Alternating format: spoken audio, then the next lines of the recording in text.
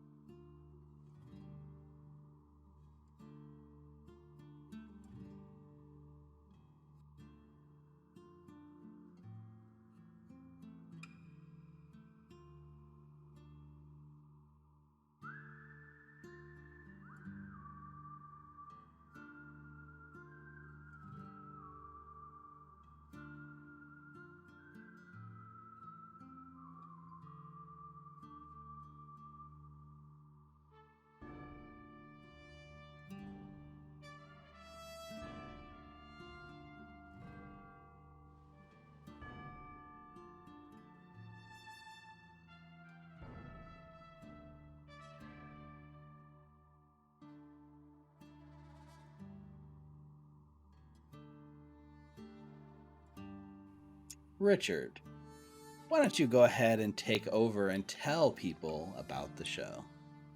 Here at Recall Knowledge, we've been asking ourselves what you, our viewers, might want. And the answer? More content. Shocking, I know. So, I am very excited to announce that we'll be debuting a new actual play called Bastion. So, Bastion is a homebrew world and adventure created and GM'd by none other than myself. Yep.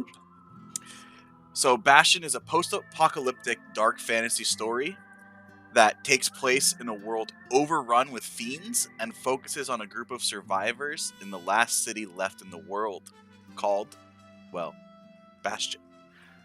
So I will be joined at the table by Ninna, Rick, Steve as a player, y'all. Steve gets to play. Ew. And Jason, a new cast member joining us for this adventure. Bastion will be an 8-episode series with maybe more coming if you all like it. And it will be debuting here on our Twitch channel on Friday, August 5th at 7 p.m. Pacific time, with new episodes airing every other Friday. So the trailer that you just saw is also out on our YouTube channel. Don't forget to like, comment, and subscribe if you haven't already. It really helps us out. And yeah, I'm excited to bring this little idea of mine to you all, and I hope you all enjoy it. I know, I'm excited. Yeah, back to I'm excited for your show, Richard, and unfortunately, Tommy won't be able to play with us on Friday nights, but Jason is a pretty cool new addition to the cast. He's a friend of ours that we've played with in real life a few times for a few years, so bringing him to the show will be fun. Yeah, I'm excited and slightly terrified, so That's Yeah. the best part when you're slightly terrified. Somebody told me when I first started GMing that that's just the potential energy getting ready to become kinetic energy, so it's a good sign. Run with it. We're gonna die. Nice. That's what it You're means. gonna die. Mhm. All of you, all at once. Yeah, we're all gonna die. Yeah, so the show will be. I want to say it'll be a lot of fun, but just given what the tone you set with that opening video, I'm not so sure it's gonna be. It's gonna be a barrel of laughs, guys. That's how you cope with the grimdark setting. You take your barrel of laughs, you hold on to it, because it's all you've got. Nice. Well, thank you, Richard, for that announcement in that show. Like he said, it was gonna be airing August 5th. It was right. Yep, the first episode on August 5th, and bi-weekly coming. It'll be on Twitch, it'll be on YouTube, so tune in. Our next announcement for the night. Our sponsor for this episode is none other than Molten Hosting. Yeah, Molten Molten Hosting. Hosting. They're so hot. Now, in lieu of a Moltenverse entry tonight, I'm just going to do a very normal ad read as fast as I can. No, I'm just kidding. Molten Hosting is an amazing cloud-based hosting solution for Foundry VTT. Within minutes, you can have your world up and running, no issues whatsoever, no hassle for your players to connect. Let Molten Hosting handle all that annoying technical work for you. Also, just to point out, they have a bunch of really cool, amazing features. We don't get to highlight them every week because we're just doing silly skits. But some of the cool stuff you do get when you use Molten Hosting is free backups of your server in case you accidentally delete something you didn't mean to. I saw today people were updating Foundry and had stored all their custom art for tokens in the system folder. So when they updated, they lost everything. So with Molten Hosting, you can just roll back to one of your backups and you're good to go. That happens to the best of GMs, including Vanessa Hoskins. Also lost her data this way. So don't be without backups. You also get a URL, a dedicated URL that your players can actually use to wake up the game. So even when the GM is not around, the players can connect to the server, start it up, play with it a little bit. That's a really cool feature that Molten Hosting provides. Shopping, right? Yeah, you can do shopping between episodes. And even the ability to actually host on the higher tier plans, you can have multiple servers in parallel with each other. So you can only have one running, but like you could have a test world. So when Foundry 10 comes out, because Foundry 10's out, when Pathfinder or any of your systems release, you can kind of spin up a new world on a separate instance to test it without breaking your existing world. It's good for testing out modules. It's good for testing out macros. It's good for lots of little things, things that would be really hard to do locally. Molten Hosting makes it very easy. So it truly is the best way to experience Foundry VTT, and Foundry is the best way to experience Pathfinder 2nd edition for sure. And as a small bonus, Mike is the owner of Molten Hosting and he's the friend of the show, the friend of the Pathfinder 2e community. After playing in my beginner's box game day, he went off and started his own Pathfinder 2nd edition campaign at home. And has been messaging me about it and getting excited about it. So that's kind of fun. So just go and give him some support. And while you're there, make sure to use the code Recall Knowledge. One word. At checkout. And you can get your entire first month of service for free. A very dry sort of sponsor read. But, we do a lot of fun with them every week. But I really want to make sure that you guys know the power of Molten Hosting. And it's the service we use on this show to keep our server running, and you have the opportunity to use the same service as well. All right, rolling along, because it's such a fun opening intro. The final announcement. Next Wednesday, July 20th, we will be off. There will be no episode of Outlaws of Alkenstar, but we will be returning July 27th for the next episode of Punks and a Powderkeg, so you have one night off. Whether we stream a rerun or do something, I don't know. Probably taking the night off, but it's pretty cool. I just want to make sure you know that we're taking the week off, reset our brains, charge the engines, and come back strong the following week. So, again, sorry for the boring thing. And CJ says, it's a helpful ad read since I'm looking to start using Bloodlures. And also, they made the official announcement this week that Bloodlures is getting a premium Foundry module as too. They were waiting to see how Outlaws of Alkenstar sold before they wanted to commit to another adventure path. It sold well enough that they are committing to the next six-part adventure path, Bloodlures, coming to Foundry VTT as its own premium module. So that's exciting. I don't know, Steve. This intro has been too bland for the show. No molten verse, no terrible jokes. Way to call me No out more- live on stream. You know, I mean, No- I know, no I more know. I mean, I know. that's my I'm sorry. role. Sorry. I failed all of you by making this all serious, and I blame Richard for his super somber Bastion campaign. Hey now. Yeah, Grimdark fucked us up. We need something to loosen us up before we go to our very serious Outlaws of Alkenstar campaign. Oh yeah? Like any... You know what? What's that, Rick? What? I think I've got you covered.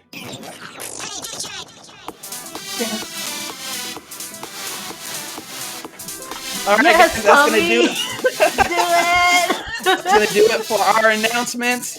I'm so Viewers, jealous. sit back and relax, or join the dance Oh party my from god, he's still home. going. Players, keep dancing, and let's jump into tonight's episode 10 of Outlaws of Alkenstar. As Oh we my continue gosh, Tommy's still going. Punks in a Powderkeg, written by Vanessa Hoskins. Let's go! Whoa.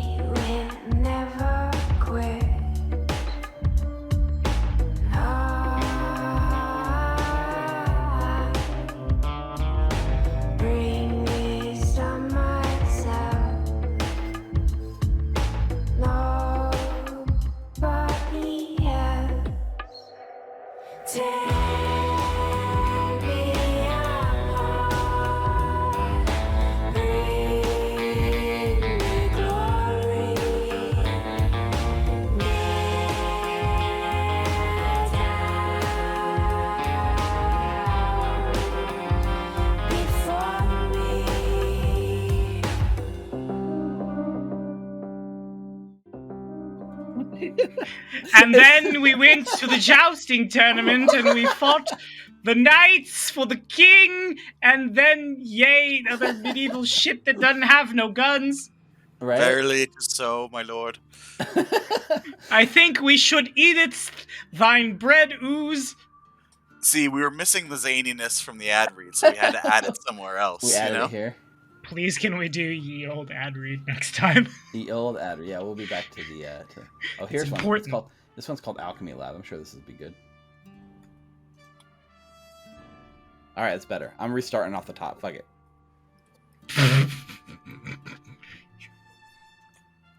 Welcome back. For the Ye old first time. camera doth pan. The camera good. fades in on a dimly lit workspace. We see shadows dancing on the walls, flickering back and forth. Shelves are crammed with bottles, full and empty, and notes are sprawled endlessly on the walls. There are alchemical formulas, old posters of Blythier covered in soot, and sprawled open on the edge of a desk is an open scroll. The writing is etched in red, with strange symbols and words written in abyssal. It sits just on the edge of the frame, the flickering of its shadows caused by an open flame dancing against the wall. Suddenly we hear an explosion, along with a burst of light that hides the shadows. In an instant, we are back to the dim light, flickering shadows again. An angry voice screams, and we hear the shattering of glass as we see an entire alchemy kit thrown to the floor. shattering and spilling their alchemical chemicals. Wow. Spilling their chemicals randomly across the ground. We hear heavy breathing. You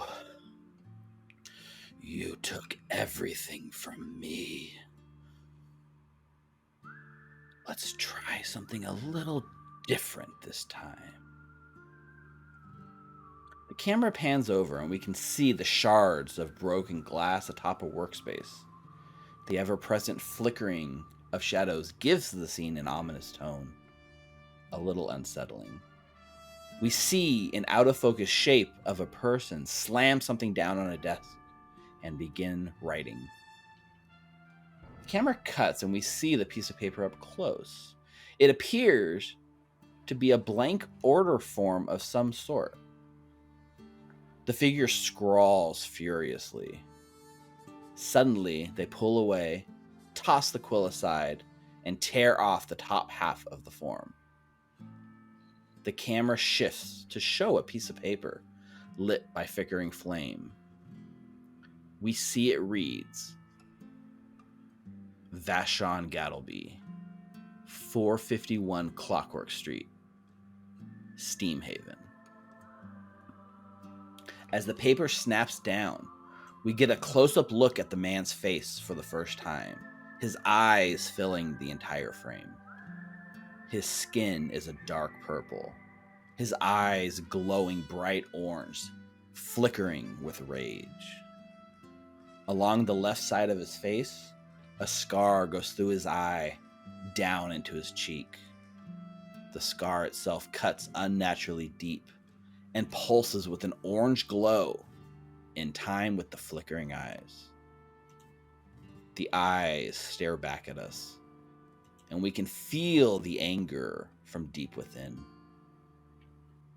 Then an intense laugh fills the air, unhinged.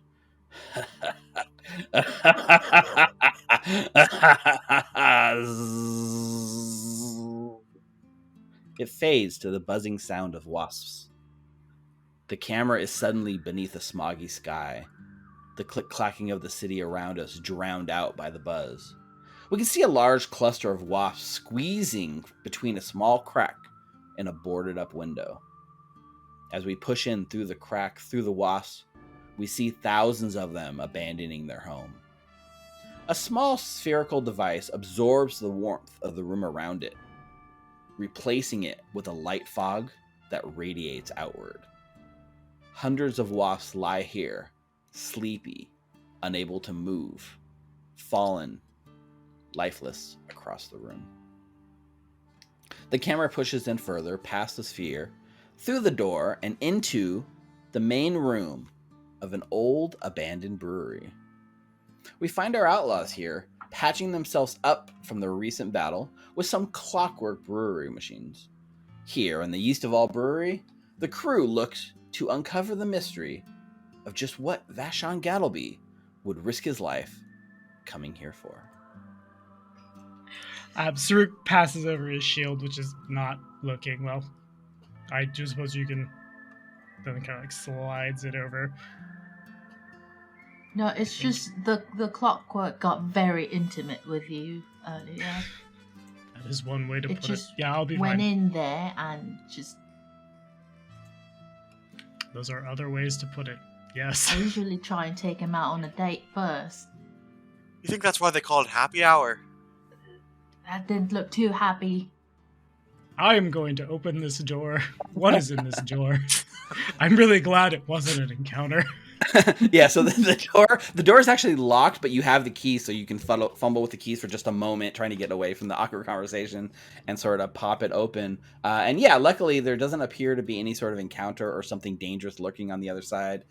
It opens, and it's a storage area stuffed with empty barrels, steel buckets, crates of glass bottles, racks of dusty stemware, tables covered in taps, siphons, stirrers, and what appears to be a full set of brewing equipment.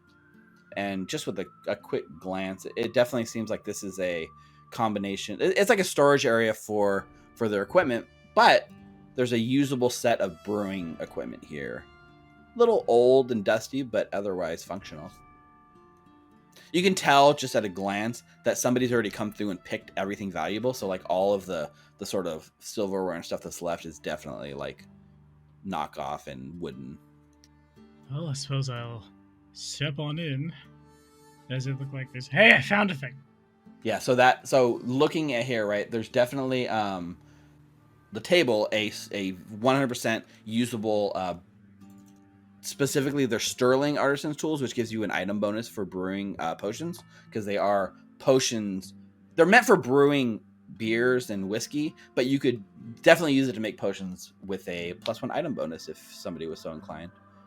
And I think, as you spend some time going around the room and just looking, there is one more thing you find, which is sort of in one of the barrels that's sort of completely empty.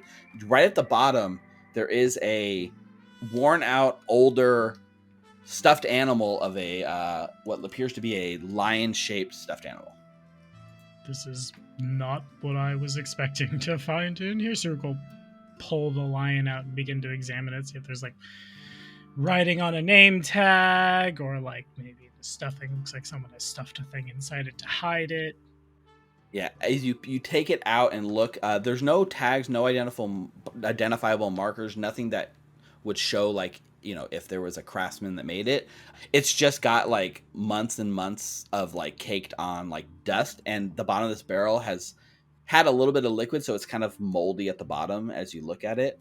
And as you pull it close to your face to kind of look, you just see the bottom, sort of like a thin layer of slimy mold has collected on the bottom of the stuffed animal. Poor little guy. Hey, Anita, I'll bring the stuffed lion over. You don't know if maybe Galloway left his emotional support stuffed animal here. Could I recall knowledge on Mr. Vashon Gadoby? Sure. You have. I mean, you don't have Friendship. Gadoby lore.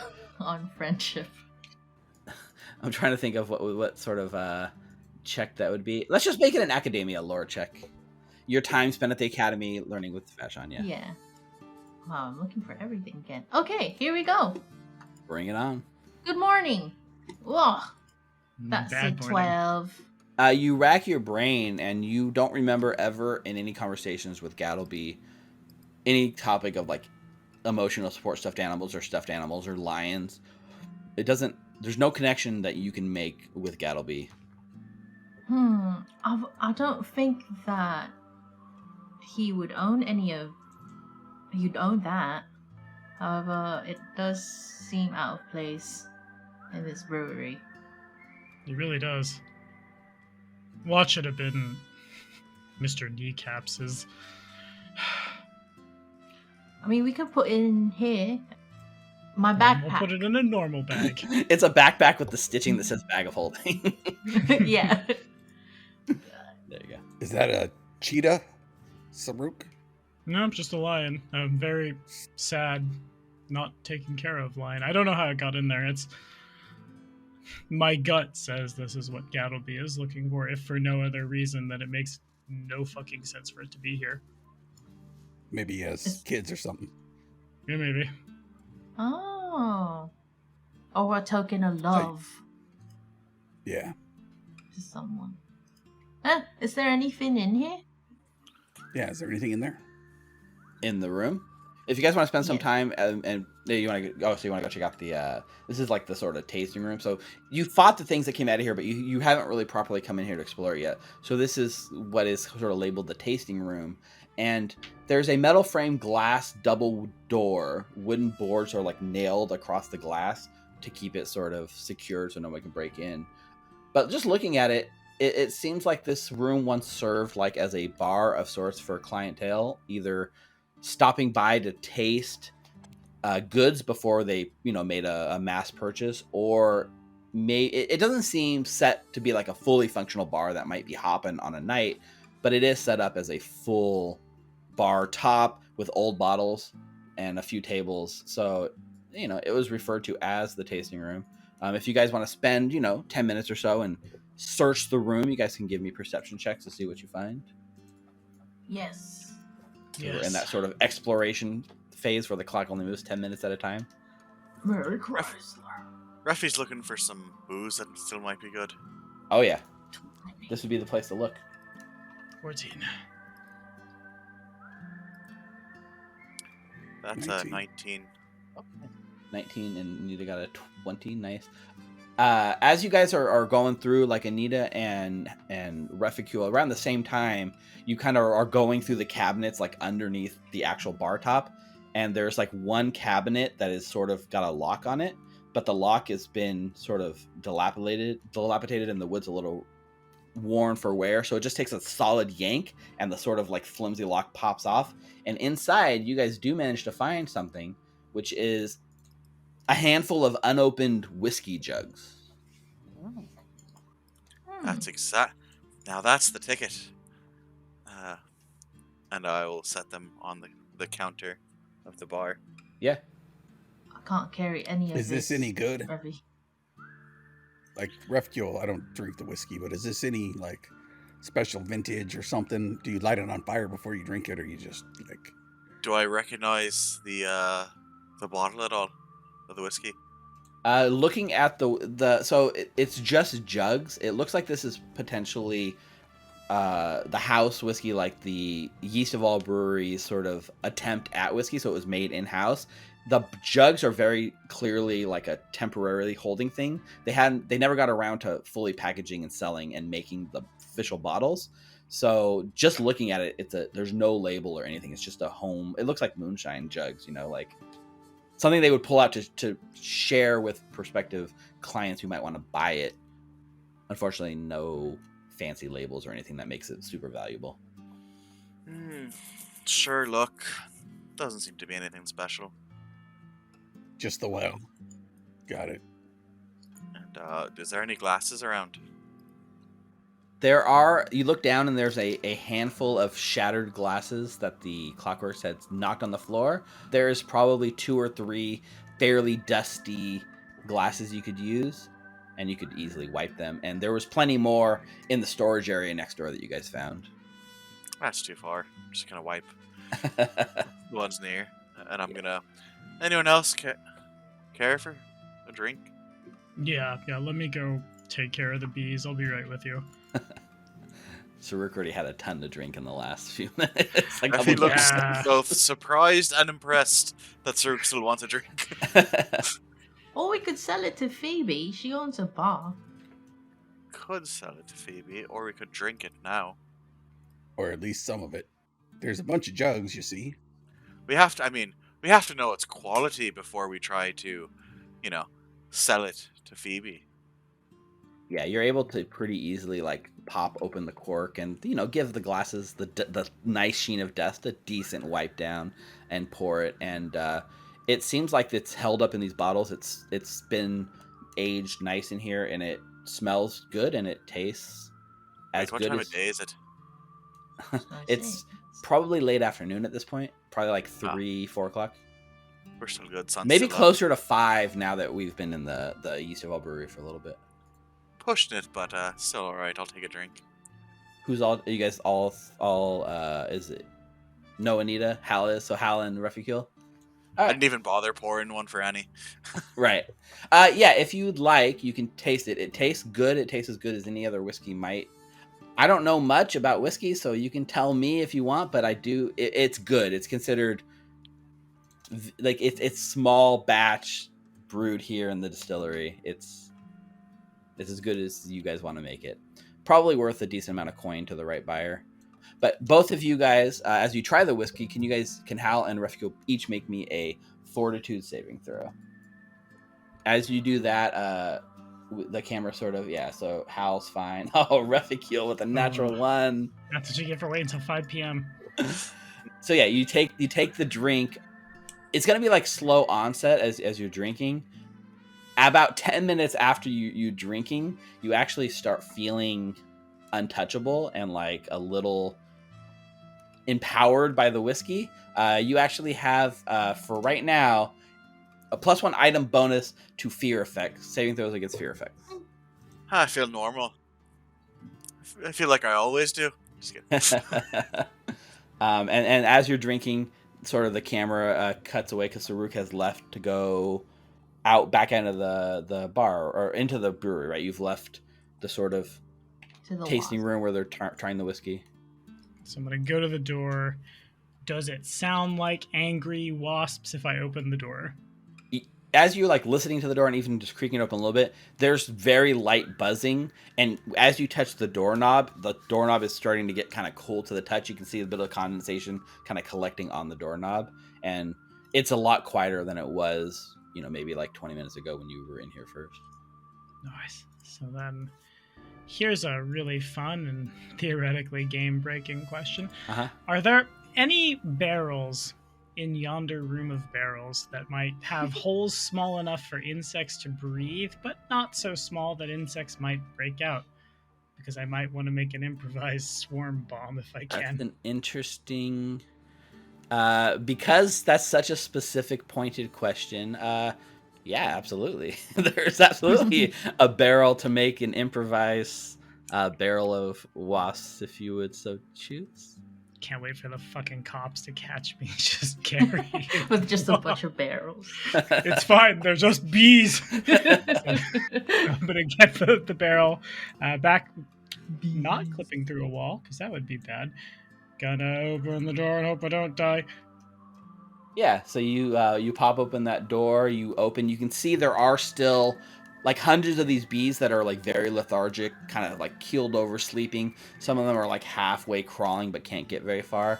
And this sort of device in the room is definitely, it's made this room cold. Even in just a few minutes it's been here, it's not quite as cold as the fridge, the sort of cold storage was, but this thing's working fast and it has done a number. The wasp's nest in the corner is still kind of secured there, but all the wasps, other than the ones that have sort of fallen asleep here, have gone. And the room is completely safe for you guys to be in now. I hadn't come in before, but now I see the wasp nests. Yes. Oh no. Okay, so then I suppose just like set the barrel down, open it up with a gauntleted hand, guide the ones that can move, gently push the ones that cannot until everyone is loaded up, and then you take a good few minutes to sort of scoop up all these wasps and put them into a barrel. Are we saying this is like the barrel is the weight of this is probably the barrel and not so much the wasps. They're negligible.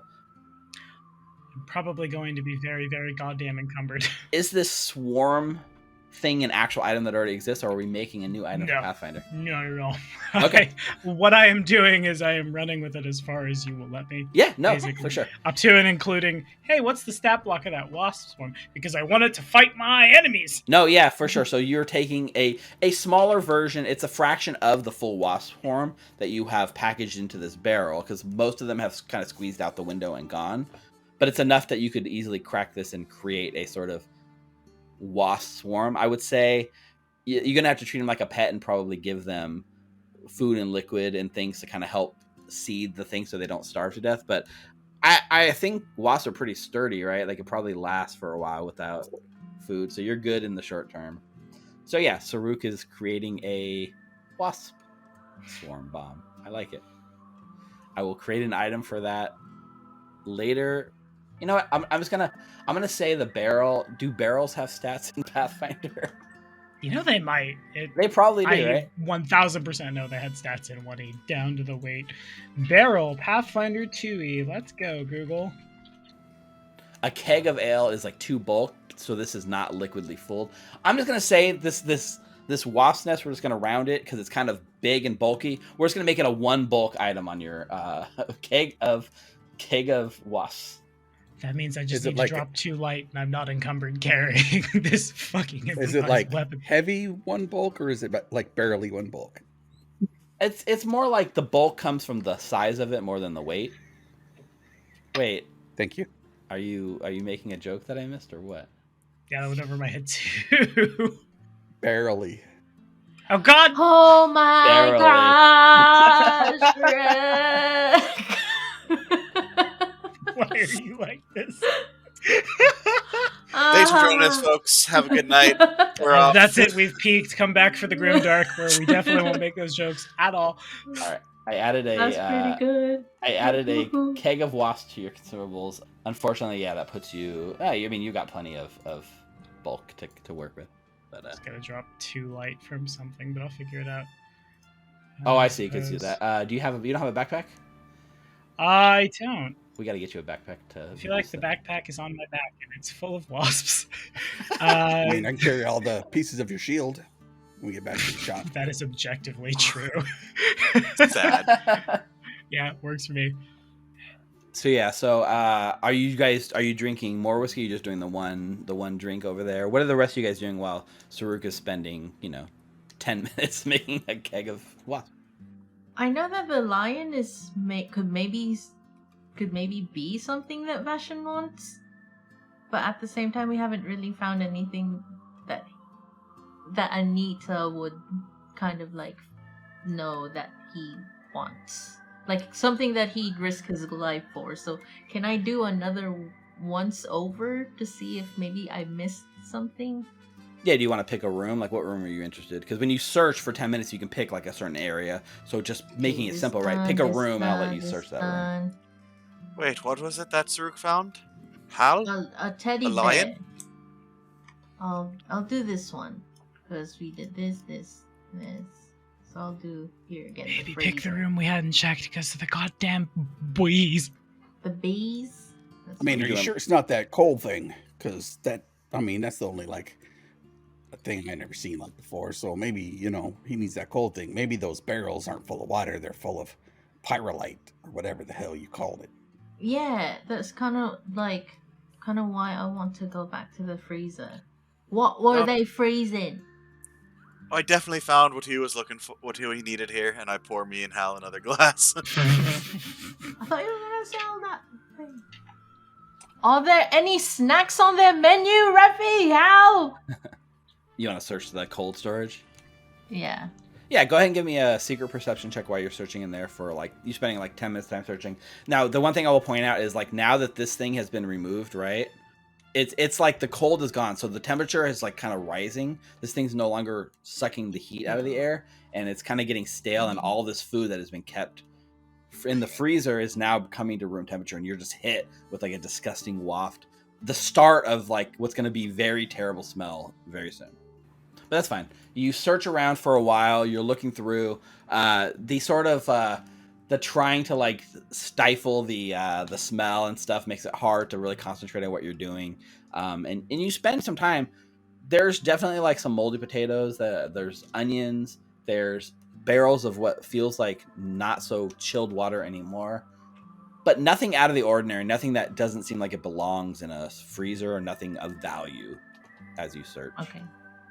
Even when I took the tops off the barrels, no pyronite substances. Nope. With if you want to specifically you pull up and you look, it looks like a barrel of water, and even as you smell it, it's hard to smell over the sort of rotting food, but it just smells like water. There's no to smell. These things have no smell coming off the barrels. At least you could try to taste it if you're interested in tasting what's in there, but at a smell, it seems to be nothing. Oh, thank you. We have a mission tomorrow. I don't want to be sick. And so, while you're spending the time doing that, and that overlaps with Saruk making his wasp keg, Hal and Ruffy, anything you guys want to do in this sort of time? Cheers. Cheers. Yeah. So, if you want to take another drink, you can. You guys can make me more fortitude saving throws. Hal get us a natural one. So Ruffy, you don't advance your sort of the alcohol track, so you stay with the +1 item boosting and sphere effects. Hal, you join. Actually, you guys both got natural ones, right? Technically, because this is a poison effect, you go straight to stage 2 with a critical fail. So you have the saving throw against fear effects. However, you also have you're both flat-footed now as you sit here and sort of continue to drink the alcohol. This stuff's been here a while. Pretty strong. It's not bad. It's almost like a bit of sour cherry, maybe a bit of tobacco, black You pepper. light that damn stuff on fire. And so, Saruk and Anita everyone reconvenes back in the tasting room. Saruk carrying a weird barrel now, and Anita kind of looking a little sickened. Ah, did you find some more whiskey over there, Tuss? No, I found a present for our enemies. This is full of wasps.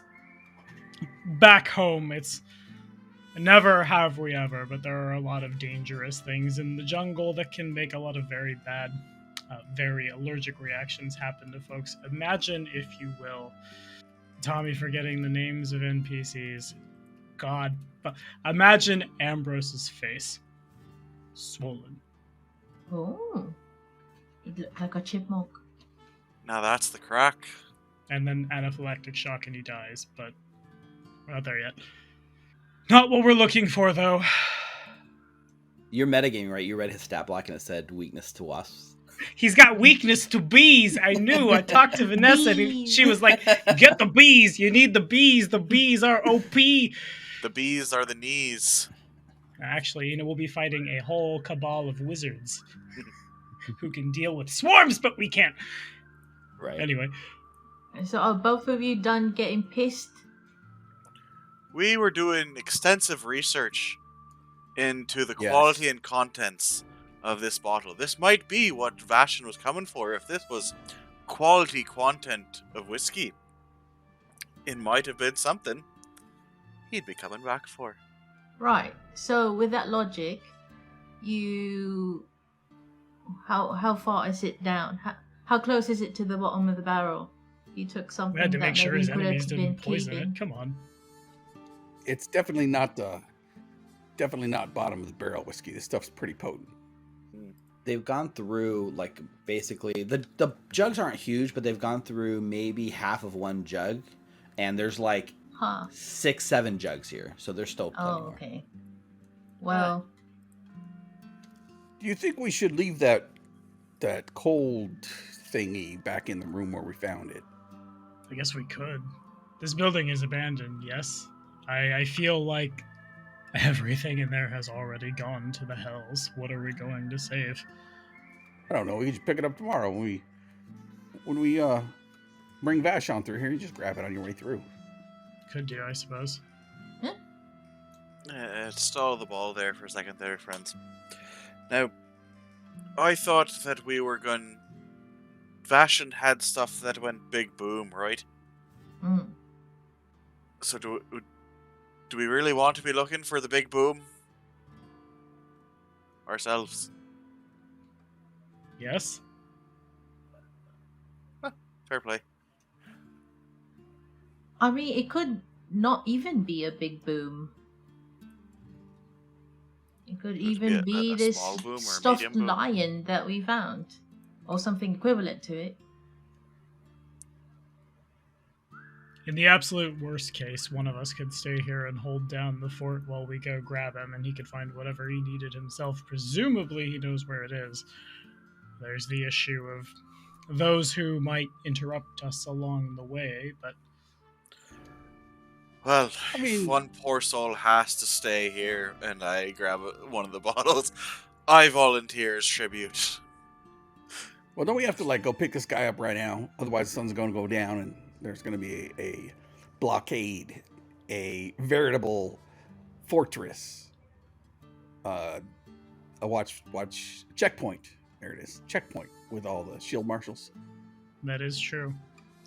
Consider, we know where the powder pugs are holed up. We could just, and by we I mean me, I guess.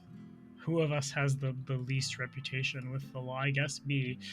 We go tip them off anonymously, be like, hey, here are these people. They've done a lot of bad. Maybe you should go investigate in force right now, and then take advantage of the chaos to get Gattleby where he needs to be.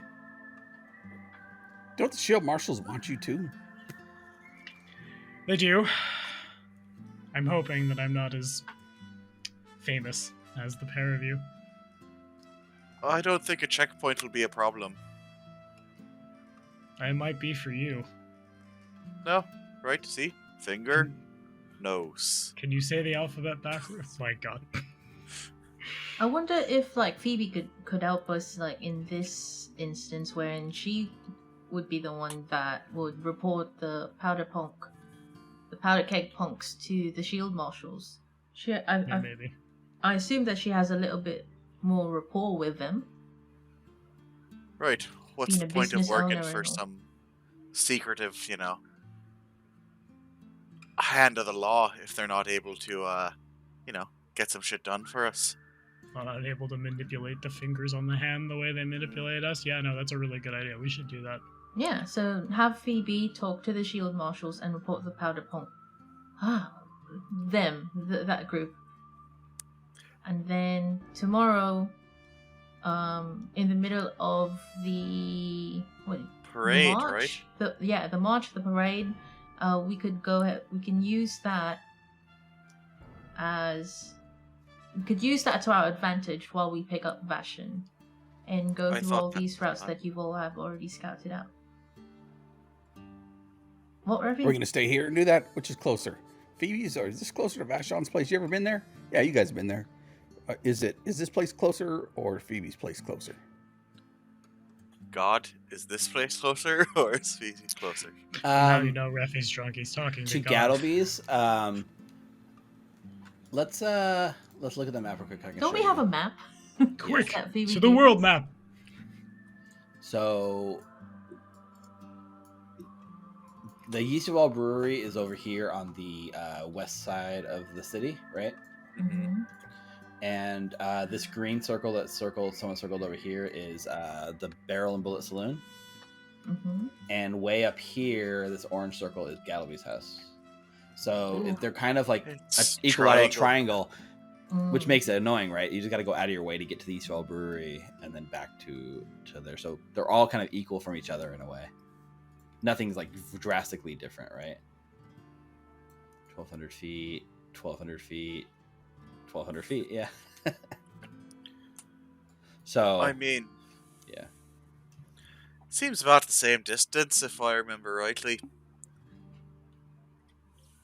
But All right, so we can just head back to Phoebe's place and then send her out on a little errand, and we can just relax and wait till tomorrow and head out, take care of Gattleby once and for all. I mean, it feels like we've been doing this for weeks, but it's only been a few days. Funny how that works. Like, take care of Gattleby? No, God.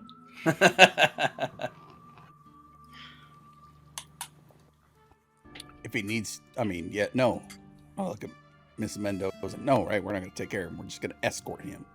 No, Here. yes, of course we're just going to escort him. Yeah. I mean, this is a good time to point out, right?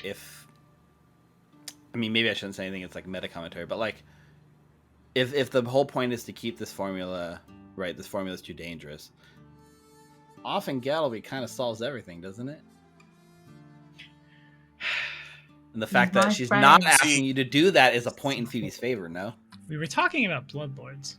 I feel like if we see, stay- God's just saying what Refi's thinking. Yeah. It's a dangerous line of logic. Refi, that's saying that if I invented something that would be completely powerful, the greatest thing to do is to kill me.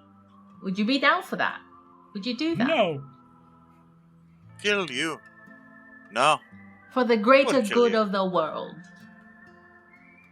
Screw the greater good. Alright, so that's But, what I you feel see- about Gattleby. But I don't feel that way about Gattleby. Yeah, but I mean, I'd like to think that you and I have a bit of camaraderie. So, like, at this point, hopefully, you could do this for me. Right. So Okay. if you're asking me not to kill Gattleby, I won't kill Gattleby. Oh, please don't. Alright. So, Thank you. boys, that's off the table. We're not killing Gattleby. Yup. I thought you said you wouldn't do it. That's... He's got a Well, fair I'm point not saying there, I'm Annie. going to do it. No, that's not what I mean. Let's Also- go back. Yeah, so also, like, you know, I know it's been a couple of weeks and we've been playing this for things, but, like, in terms of what you searched, right? Like, you guys have given thorough search of the cold storage. You've given a thorough search of sort of the storage area. You guys have given a thorough search of the tasting room. No one's really given a thorough search of the wasp room, right? Like, Saruk got the wasp, but nobody's really gone in there and turned it over yet. We haven't done a real full... we did a thorough search of the brewery, I guess, too. And we also haven't done a thorough search of like the bathroom. Those are like the rooms. Well, I was gonna go in and get them tools for Miss Mendoza once them bees are done. Them bees all taken care of. Yeah, Farouk? yeah, you should be fine. All right. I have a hunch. Let's gonna go, make my way to the turlet. Okay. Yeah, you open Is there gather up anything that stuff. inside it, or in the yeah. tank in the back? Mhm. Yeah, so why don't you give me a perception check? I'll just say, like, as you lift up the tank and open the thing, you're like specifically looking in the toilet. Just like it uses running water. It actually is fairly decent toilet for this area. There's nothing specifically in the toilet or in the tank that catches your eye, Saruk. But By the gods, he left an upper decker. the Iron Hunters got you. But even searching the rest of the bathroom, you come up finding nothing interesting in your search of the lavatory. And then with somebody checking how you're going to check the other room too, the sort I'm of gonna gather room. all that stuff. Oh yeah. So I've Alchemy tool. I've revealed that. So yeah, you already got the Somebody grabbed him. I need somebody it. grab you. So I did reveal that token. So somebody has it's a lot, right? It's a heavy book. I don't know who took them. I just dropped it in the party loot. Oh, but I think the thing is though, it's like 6 bulk or 7. It's a lot of bulk. I'll be very tired when we It's get back 6 to where bulk, we're going. right? So if you guys, you just know that in the meantime, transporting this is gonna encumber you because it's a lot of like weird bulky glassware and stuff. I mean, I could take half now, and we could take half later when we come back through here. We've got plenty of space in my backpack. Yeah. Sure. Can Wybert carry some? Well, no, he doesn't have. It's actually a modification to have. Is it? Grab his hands. Yeah, He's got a big head. to manipulate and tiny interact arms. with stuff. So for him to This interact, yeah, person's but like a he dolly in here. theoretically could be used to just carry stuff, right? He can't interact with items, but he could be your pack mule, I think. Like, can I set him up where he's just like this, and then his saw arms are like this, and then we place it carefully in the middle of that? Sure. Okay. Does it? Come on, I Wybert, mean, help Halbert. yeah, he's got a strength stat and he's got a carrying capacity and stuff. So I think that's cool. He can be a pack mule. He's gonna be walking around like this. Yeah, he's like. Didn't we like kind of forklift. say his saw blade is retractable, or is it like always out? His saw blade, like for one arm, is retractable. Yeah, but the Okay. other arm is, I think, like it's just of interest. It's something. Okay. So got it. Yeah, no, but yeah, It's you can just a smash, yeah. he can carry like I think his 8. 8 is his bulk, so he could carry the entire alchemy lab for you back to there. So yeah, so how you're able to scoop up and get all the alchemy stuff, and you guys are able to load it onto to Wybert. But like there is like this room does have this workspace, and there's a desk with like a bunch of drawers in it too that nobody's turned over yet. I'm gonna look around. Yeah, make a. While that's happening, I'm going to find the best way to transport this bread. I would ping the tokens, but well, they're gone. Oh yeah, your bread. You gave me an inch. I'm taking a mile. Oh, you mean like the yeast from the ooze? It seems to make enough sense. That, yes, this is yeast. This is alcohol. I think this it can could make. be I think lots it and lots could. of Yeah. beer bread. And someone I GM for gave me a very long-winded explanation about. Yeah, no, back then it was this. So what that sounds like is 1, 2, 3. That totally works. I didn't write it down and forgot. I think it A makes lot sense. of the yeast that bakers use if they weren't doing a sourdough, starter would be from the breweries. So. Oh yeah, I think. And this is a huge vat. Like it was a large creature worth of yeast, right? So you've got a lot of yeast here to work with, as much as you can conceivably share. Large You can make creatures another. with the yeast. You can make another barrel of yeast if you so choose, right? And put it in your I inventory. mean, I think you did probably. actually. I think you literally Just said I got a barrel and put yeast in it. wrong. So how as you're kind of turning over the desk, you start looking through the desk, and it looks like the desks themselves have been completely, like cleared out. But you open the bottom desk drawer and look, and it's cleared out. But as you go to shift it back, you can almost feel like the shifting of an item, like in the bottom of the drawer, that catches your sort of attention, and you realize that this drawer has like a false bottom to it.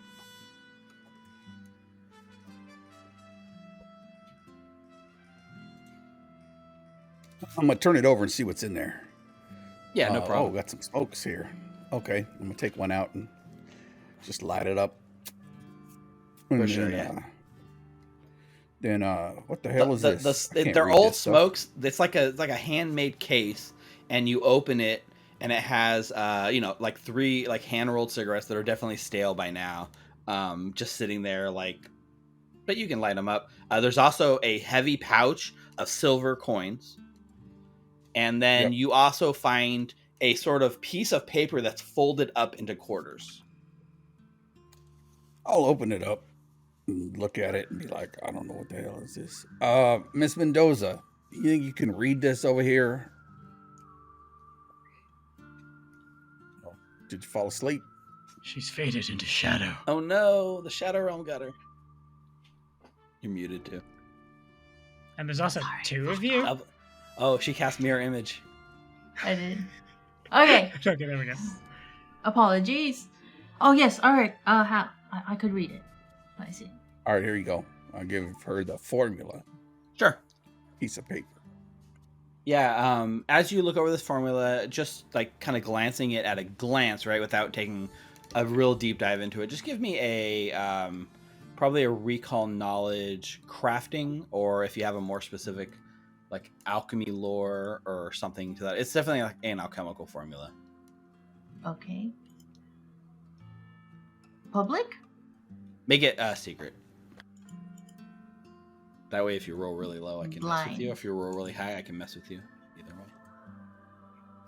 So, I hid the roll so nobody except for me knows what the roll is. At a glance, Anita, the chemicals that you look at are things that are commonly used in explosives, for sure.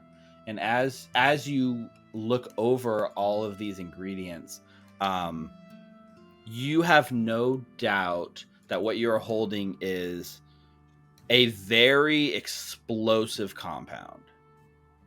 However, looking at this, the one thing that you've picked up on just looking at it without even doing a deep dive is this compound looks severely unstable. Like anyone can throw together a highly dangerous explosive, right? The trick is making it stable until you need it to go off. And the stabilizing agents that have been kind of penciled into this formula, it looks out of balance with the explosive sort of compounds. You're pretty sure if you were to make this into an explosive, you could make a very, very powerful explosive, but it might not. It might be super unstable, and the slightest thing could set it off, and you might be blowing yourself up in your entire laboratory. Alright, so this is a very interesting piece of information that you found, how it's definitely a formula for an explosive, albeit unstable. I think that maybe there's one or two things. Either it's the Pyronite formula, which is, I feel, no, it wouldn't be careless by Gattleby to do. What? But that's why he wants to come back, right? Pick up his little recipe book, mix all that stuff together. I mean, maybe you can just show it to him when we get there. That's true. I mean, I hope you're going to copy it. Like, maybe you can figure out how to make it work I'm better. gonna try. I still have to finish all the bolt lightnings when we come back. Okay, well, I mean, if we show it to him, Yeah, we don't have to come back here tomorrow. Yeah. But yeah, you found, All right. you know, based on the age of the paper and stuff, this has been in there a while. But yeah, you could be looking at potentially the formula for Pyronite, Anita. Potentially. And here I thought the B-bomb was going to be OP. I mean, we could also kill ourselves with this one if I do it wrong. Yeah. If you were to spend some time, you could actually try to, you know, learn this formula and add it to your book. just in terms of the power level and the expensiveness of this, the ingredients here are not cheap and not easy to come by. This thing is gonna be, even to attempt to make this at this sort of ingredients, is gonna be, super expensive. I'm trying to look up like how much this item would actually cost, but hundreds and hundreds of golds to even attempt this. Damn.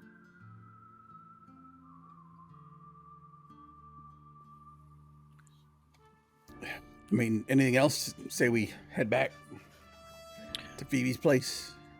Ruffy, while they were doing all that, was going to each of the vats and just knocking on them and going, "Hello, hello." Yep. I thought you could hold your alcohol, Ruffy. I think we need to get this man some coffee. You can give Yeah. me another fortitude save for Hal and for Ruffy, just for sobering up over time. But as you're banging, you don't find anything different. Like there are some that are still full, right? The ones that are labeled. Actually, there's only one that's full of liquid that's like leaking. The other two were full of yeast. So there's just one right now that has liquid in it. Yeah, you both sober up down to level 1, so you're no longer flat-footed. You still have liquid courage though. Yeah, it's got a bit of a kick to it, doesn't it? You can say that 2 times. It's got a bit of a kick to it, doesn't it?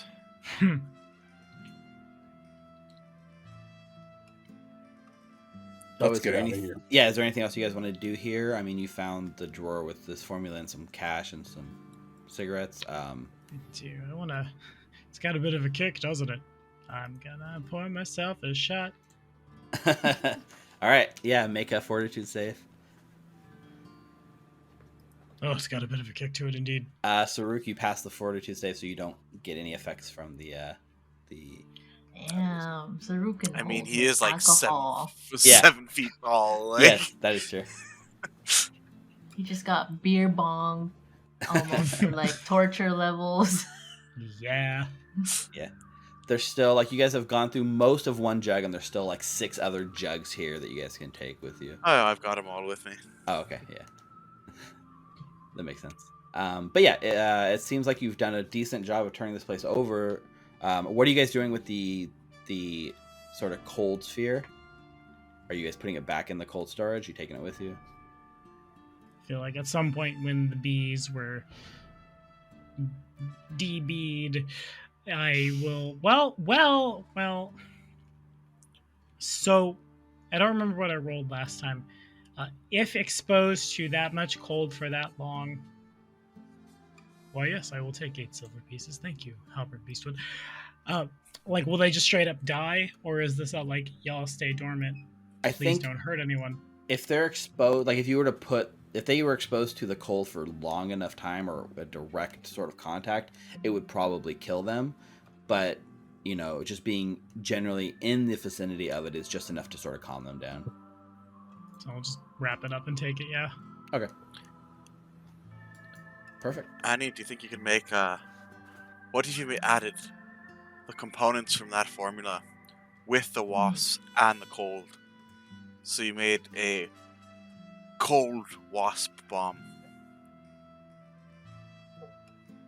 How about I think about it? But right now, I think it would be too unstable. It's either we blow up ourselves or we blow up just the wasps and the cold would be completely negated by how powerful this explosive formula, I'm assuming, is. I'm gonna pretend like I know what that means. Sure. Well, let's Here, get take you some some of this. coffee. Take some of this gold, Anita. Go. So Oh, Anita, if you wanted to Thank you for try, this, though. if you wanted to even attempt to get the materials together to craft, some of this formula, just I figured out the price. It would cost you 125 gold in materials to even craft it, and that is with our discounted Dang. crafting rate. For one? That's one. It's a consumable, so it'd make 4. Oh, okay. Wow. Wonder what Yeah, this- sticker price is for this item would be about 250 gold for. Okay. Formula. Oh, it's 250 gold. Oh yeah, no, so I'm wrong. So it's actually, sorry, it would cost you 500 gold in materials to even make one batch. Oh boy. Yes. Because it's a 250 per, so consumable 4 would make a batch, would be 1,000 gold, and with our half crafting consumable modification, 500 gold to even attempt it. So this is not cheap by any means. I guess Gattleby is a high roller. Damn. Grants from the college and all that. Right. Mm-hmm. So, as we sort of, it seems like we're transitioning out of this scene. We're going back to the Barrel and Bullet. Yeah, sure. Yep. Indeed. Perfect. Well, you know what? So we kind of fade out from here towards the city. You guys are leaving. You know, it's still like last bit of daylight in the day. The city is sort of coming to a crawl. People are getting home from work, and as you make your way across the city back towards the Barrel and Bullet, I think that's when we're going to sort of transition to our break for the night, because it is just around break time. It's 8:18 right now. So, yeah, congratulations, punks, or sorry, outlaws. Did you find what Gattleby was after, or did you miss an important clue? No, we found the lion. It's fine. Yeah, the lion. Heroes Right. Please don't be crazy. We found The the mole. formula. The moldy stuffed animal lion. Yeah. And you We found, found this very dead poppet. You also have the I still think he wanted his prize pet wasp. I think that was really what it comes down to. So They're all sleeping. By I just- sleeping bed. We took everything just in case. yeah, for fan art. You didn't take any of the moldy food. That was like what you left, but you got yeast and wasps and whiskey and Stuffed animals. stuffed animals. Cold balls. Yeah. For Actually, here's a really quick before we get back. Uh-huh. What if we took that there are 2 dead constructs and we have an inventor? Something scrap parts, something crafting checks. I don't know where I'm going with this. Can we though? I mean, for sure. If you'd like to stop and you kind of look it over, the brewers themselves have part of their sort of clockwork function is to brew beer and serve it, right? So they have in them functional brewing tools like in them that you could sort of loot off their bodies if you took the time to dismantle them. The other thing they have is a gemstone that powers their speaking, the lines where they say like "Welcome to Eastwell Brewery" and stuff. And you could try to remove the gems with a crafting check if you'd like to as well. And on top of that, you can flavor retrieving a bunch of like clockwork scraps and parts that you can then use to modify Wybird or build something for sure. Like all of that. But what if Anita completely fixed it? Oh We yeah, had it too is. many minions. It is absolutely repairable, and you could fix it. So you're saying is we could potentially have a walking alchemy lab following us around brewing potions. That can grapple shit and make it drunk. You absolutely could, yeah, because they're creatures. You know, this one is definitely had some issues after being like abandoned for so long, and when they turned it on, you saw how it malfunctioned a little bit. But if Anita was able to properly repair it and spend some time repairing it, you could absolutely have your own walking brewery. So we would definitely take the time to bring those back. Yeah. However many trips it took that day. Do they have wheels? They're on wheels, yeah. There's no wheels. It No. actually walks on its like tubes. The tubes Wait, are like, it's a goddamn barrel. We just roll it sideways. And yes, yeah. You could probably It is a wheel. You could detach all the like hoses and then roll it. Yeah. Now it would draw a decent amount of attention rolling this thing through Alkenstar, but it's probably not the weirdest thing going on the streets these days. So for sure, you can bring back one of these or both of these brewing machines back to Phoebe's along with all the other spoils. Yeah, of course. I like that Look at all idea. these Just saying, minions we have Grand Duchess money and connections. We just tell Phoebe that we need some things picked up. We have our own towing service. We don't There are have a lot of ways to skin this owlbear. Walking alchemy lab, I'm just saying. Walking alchemy lab that will attack our enemies and can flank for us. Also, just looking at it, Anita, like the way it's set up is this thing had some sort of ale that went bad, right? But just looking at it, you could fill this with any liquid you wanted and have it force dispense that liquid on someone, right? We could fill it with the wild magic stuff from back at base. Right? Yeah. Like any sort of liquid you could fill it with, it could then have a Mark 1 and a Mark 2 of Wyberts. And this one is like a beer making mark. right. But the possibilities are endless for sure.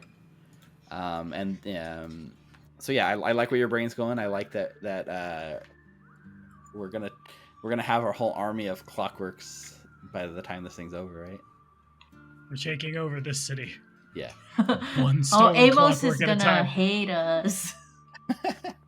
So while we're at break real quick, because we're going to go to break, go ahead and take this time to support us here at Recall Knowledge. You can head on over to twitch.tv/Recall Knowledge to give us a follow. Give us your Amazon Prime subs or your regular subs. I saw Hal was donating subs. And CJ, you resubbed at the top of the stream.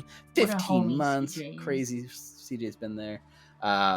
Also, head on over to youtube.com/Recall Knowledge. You can watch the trailer for Bastion. You can catch up on past shows, the prequels. There's all kinds of good things there. And don't forget to support us on patreon.com/Recall Knowledge, which makes everything we do possible. Go like and comment on the Bastion trailer. Yeah. Feed the algorithm. Feed the algorithm. The So, algorithm is hungry evermore. It must be fed. it must be fed always. So we'll be back in 10 minutes with more Outlaws of Alkenstar.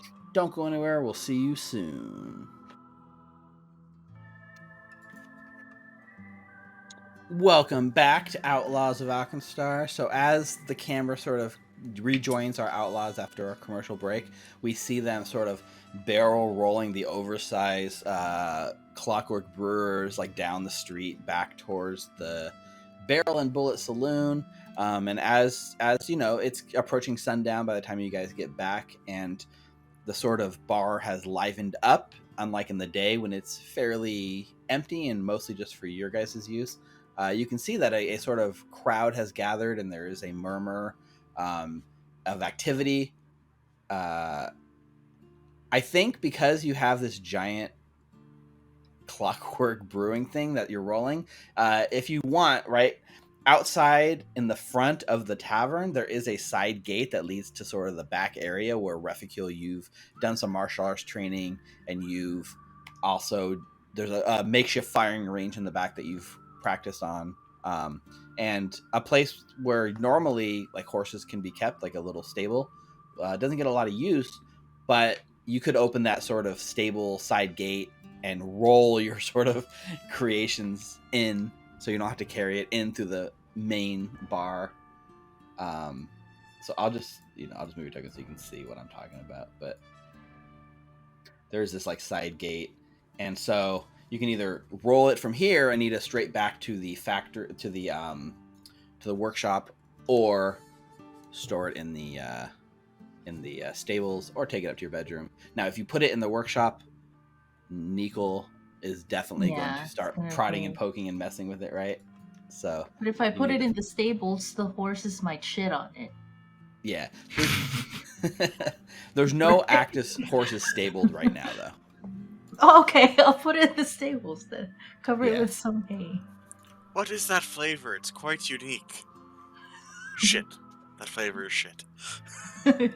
Is that the liquid you're going to put in this thing? It just becomes your portable toilet? Welcome to the Yeast of All Brewery. I can understand if you wanted to keep them under the shelter and not let the pigeons stand on them, but horses usually don't just go on and shitting on all kind of stuff. I think it'll be all right.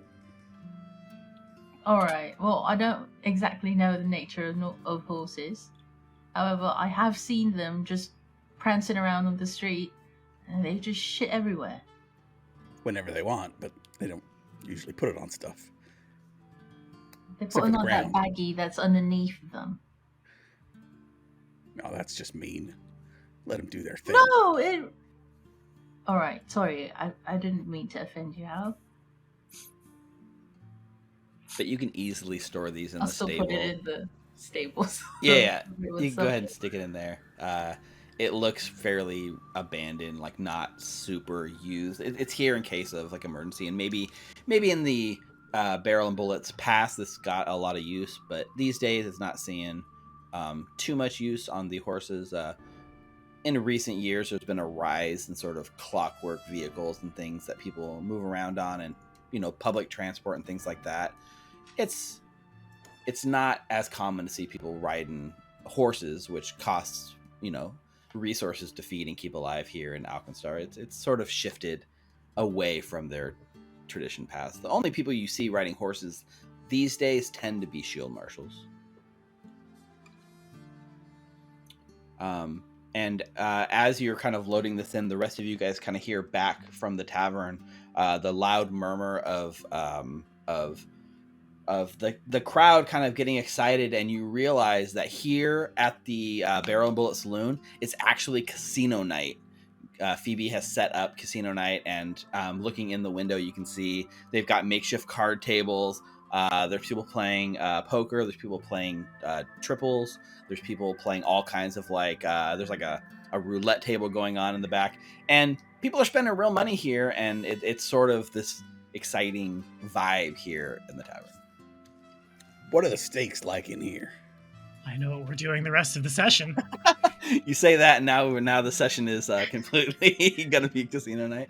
Gambling. Did Yeah, I I mean- gambling? Yeah, what are the stakes like? So this isn't a super high roller casino by any means. Like most people here, the biggest table seems to be sort of at around. People are playing poker with like stacks of silvers in front of them, not much gold floating around. But there is a sort of triples table that has a no limit sign on it. You play against the house, so you can bet as much or as little as you want against the house. Within reason. I mean, if you put too much down, Phoebe might kind of nix it, but it literally is called like the no limit triples. Annie, You want to play whatever some more happened- cards? Yeah. We're looking at, like, Anita standing between us, and we're looking at each other, having a Yeah. Oh, conversation. Anita just made a beeline to one of the triples table. Nice. Yeah, we turned to Ruffy turns to talk to Anita, and she's just like, I I was thought gonna that offer, was like- gambling. Yeah. Some "Oh, gold, there's and no we'd say, stopping her." if yes, we'll split it on the earnings you make. But, well, good luck to her, I guess, Rescue. You have a split second to catch her, Hal, and once she's gone, there's no stopping her. Yes. I'll use the 5 from the 12 silver that Hal just gave me. Because I still have to finish the bottled lightning. Who is the dealer? So there are quite a few tables going. Some you don't recognize, but there is one table where Nickel is absolutely dealing triples for the house and kind of taking a cut of the earnings. Phoebe looks really busy, like she's working behind the bar, and there is tons of alcohol flowing. People are ordering drinks. She's running around. She looks so focused on that she doesn't even like notice or care that you guys have come in. Like she's here to serve and make money and sort of, work herself tonight. She's not actively running a table. But Nickel is running one of the triples tables. A couple of other dealers that no one recognizes, and Urshap is Urshap is like bodyguarding, right? So Urshap's standing by the door, keeping an eye on things. Anytime people get into an argument or a rowdy sort of altercation, she's over there and she's grabbing them by the scruff of the neck and throwing them out the front door. Yeah, it's a scene. So the table that Anita went to, is the dealer Nicole, or is it a cute girl? I want to go to Anita wants to go to the table where that cute tiefling is. Oh, she's not gambling. She's kind of sitting in the corner by herself, drinking, just kind of like staring out the window. She doesn't look like she's currently partaking in the gambling festivities. but you can go over and try to talk with her. She's just not currently gambling. Gambling girl. Gambling girl. Which one is Anita gonna choose? The million gold question. Right. I would sit on the table that would have like the most direct eye line to this girl. Just trying to catch her eye. I'd be like, eh? Yeah, I win. Eh? For sure, yeah. So you sit near the closest table. It looks like there's a poker table not too far from where she is. So you'd be able to sit down and play like Texas Hold'em or Alkenstar Hold'em or whatever the local poker variation might be against some of the people there.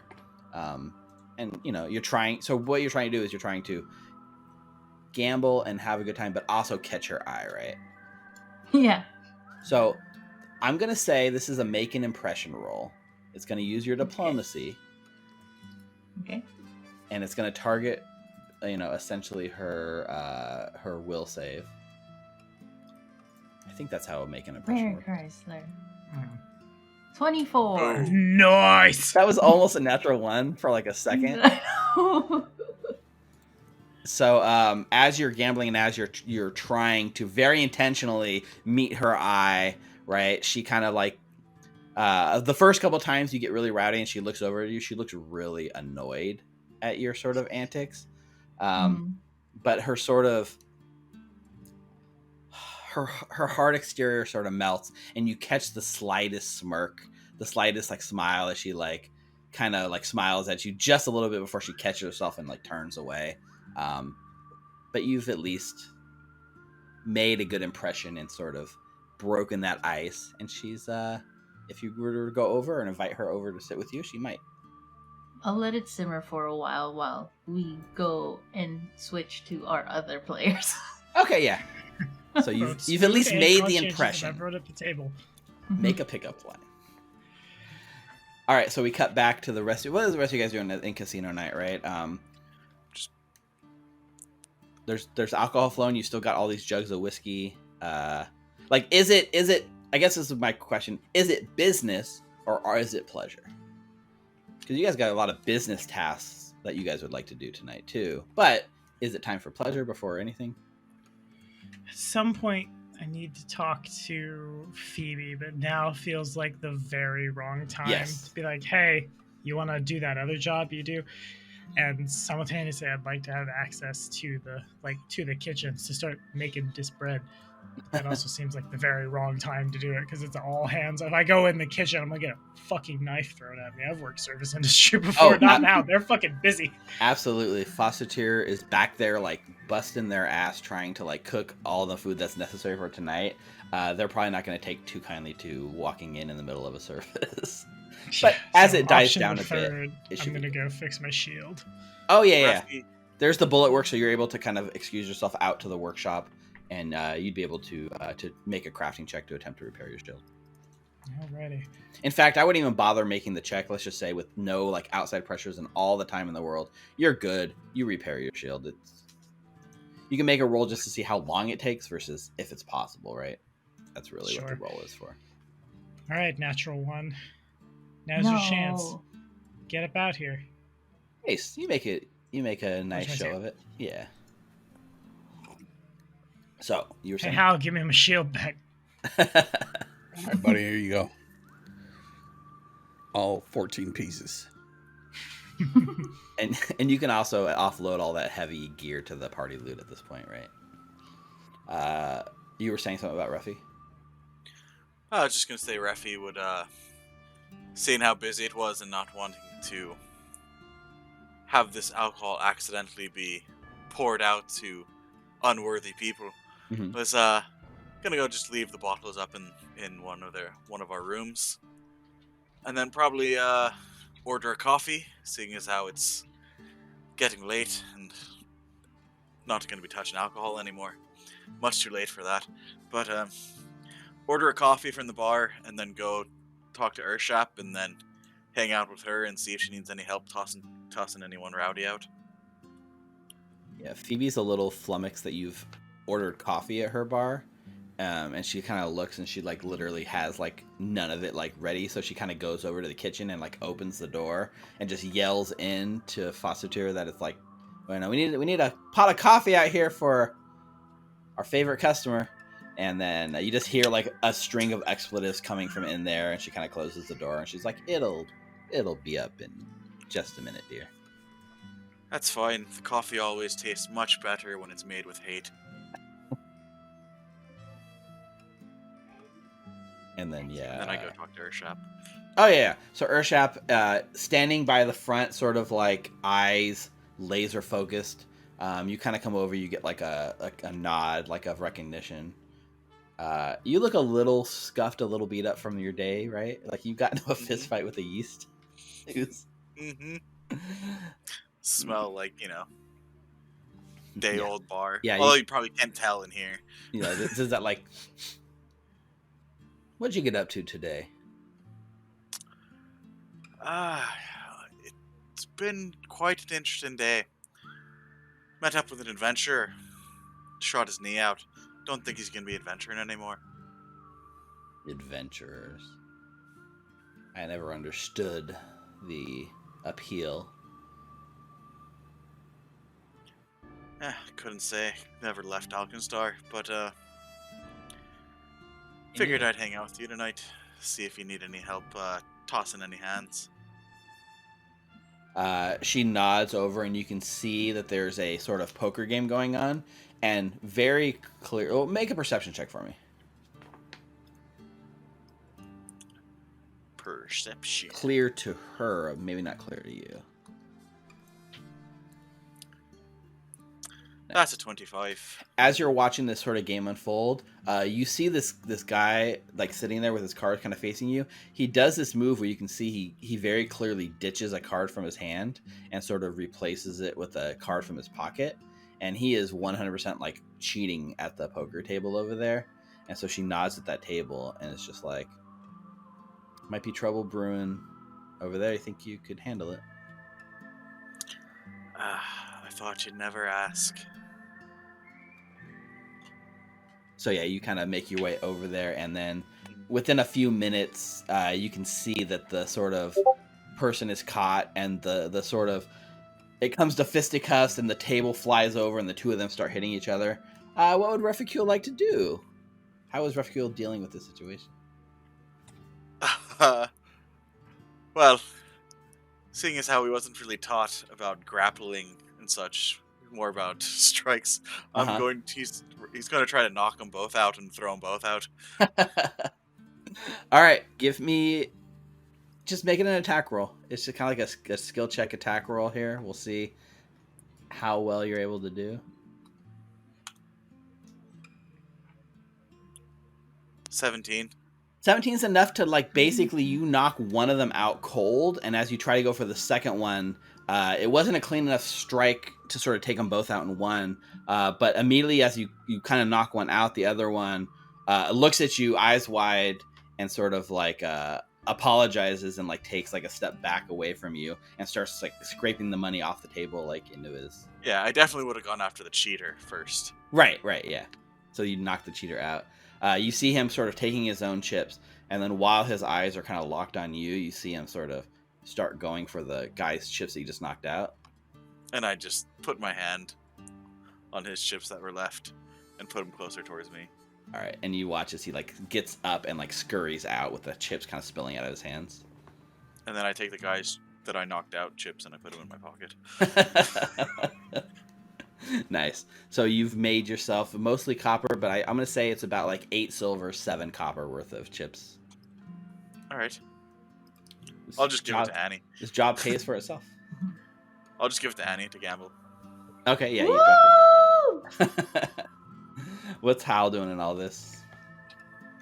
He's probably going to walk up to the no limit table and look at his 5 gold he was about to give to Anita so she could go gamble. But he's going to go, well, shit, I was going to give this away. I mean, let's see how much or how far this goes. And I'll put down 5 gold on the triple stable. Ooh, 5 gold. All right. Extender. So, Level 2.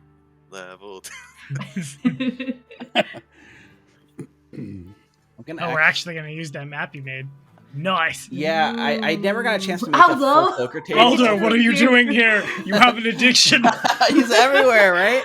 Go do your Fucking Zumba. Aldo! Aldo's here. Him and Aldo. gambling.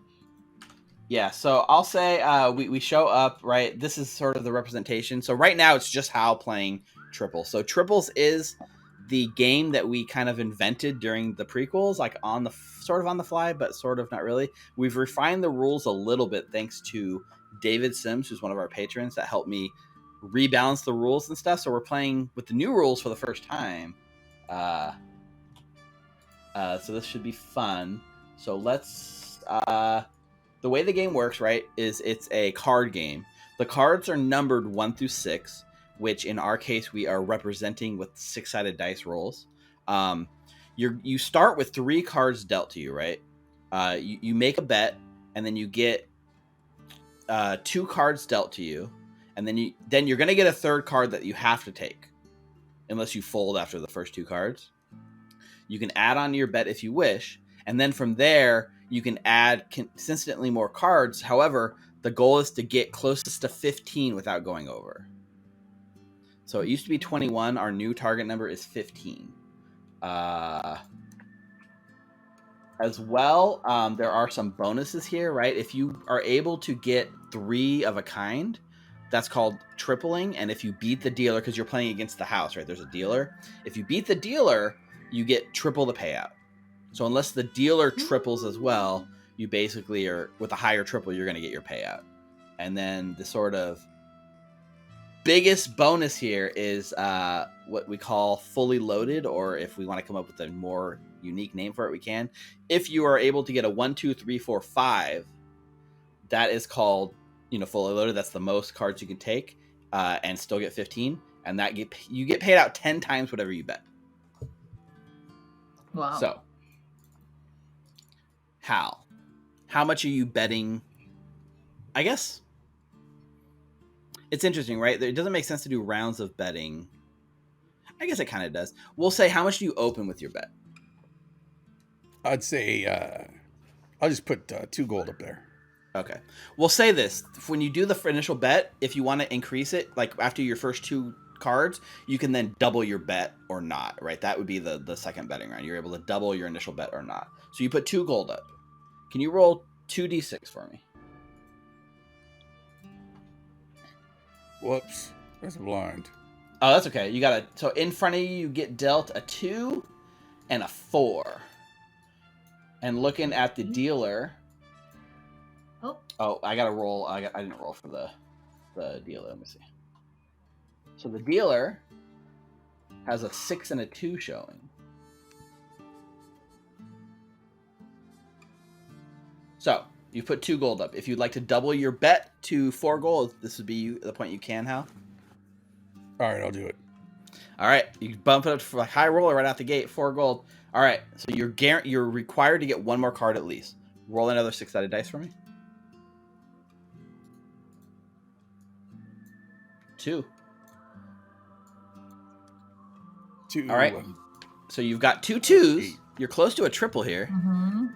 but your number's 8 out of 15, so there's no chance of bust. Take another card, right? Roll it up. I think the other thing that was not completely apparent is the most cards you can get is 5. So you get an ace, which brings up your total to 1, so you've got 9. There's actually no way for you to bust. This is a decent position to be in. Mm-hmm. I'm gonna roll another one. Give me another card. All right, roll that dice. A 6 would hit you with 15. All right, a 5, not bad, 14. 14. All right, so it comes to the dealer. So now the dealer has to play it out. The dealer's number that they have to continue hitting on is if 12 and over they stay, under 12 they hit. So they get a 5. I'm muted, Richard. 13. So that's 13, which means that's the hold number. So the dealer gets a 13. You've got a 15 or a 14. And no triples or anything, but you double your gold. You put 4 gold in, you get 4 gold back. Congratulations, Hal. 4 gold profit. Woo! And the deal resets. And you are rolling in the money. You're up to 8 gold. Well, I guess 9 gold. Would anyone else like to join a few rounds of triple and try to, earn some of their money? I'll join Hal. Okay. Ruffy doesn't join. He just watches with Urshap. He's giving the money to Anita to gamble. Once Saruk gets done with the shield, I think Saruk is going to start poking and prodding around with the clockwork brewers and see what I can't figure out start that process, Start trying to figure out how to repair them. Mm. For sure. We'll do that roll in a minute. It's going to be a crafting check against the level of the items and stuff. So yeah, we'll do another round with Hal and Anita. So Anita takes a seat next to Hal. How much are you guys putting down on the bet? 2 gold. 4 gold. 4 gold for Hal. All right. Roll 2d6 each of you. Oof. Nice. 6 and a 4 for Anita. 6 and a 1 for Hal. Dealer gets a 6 and a 5.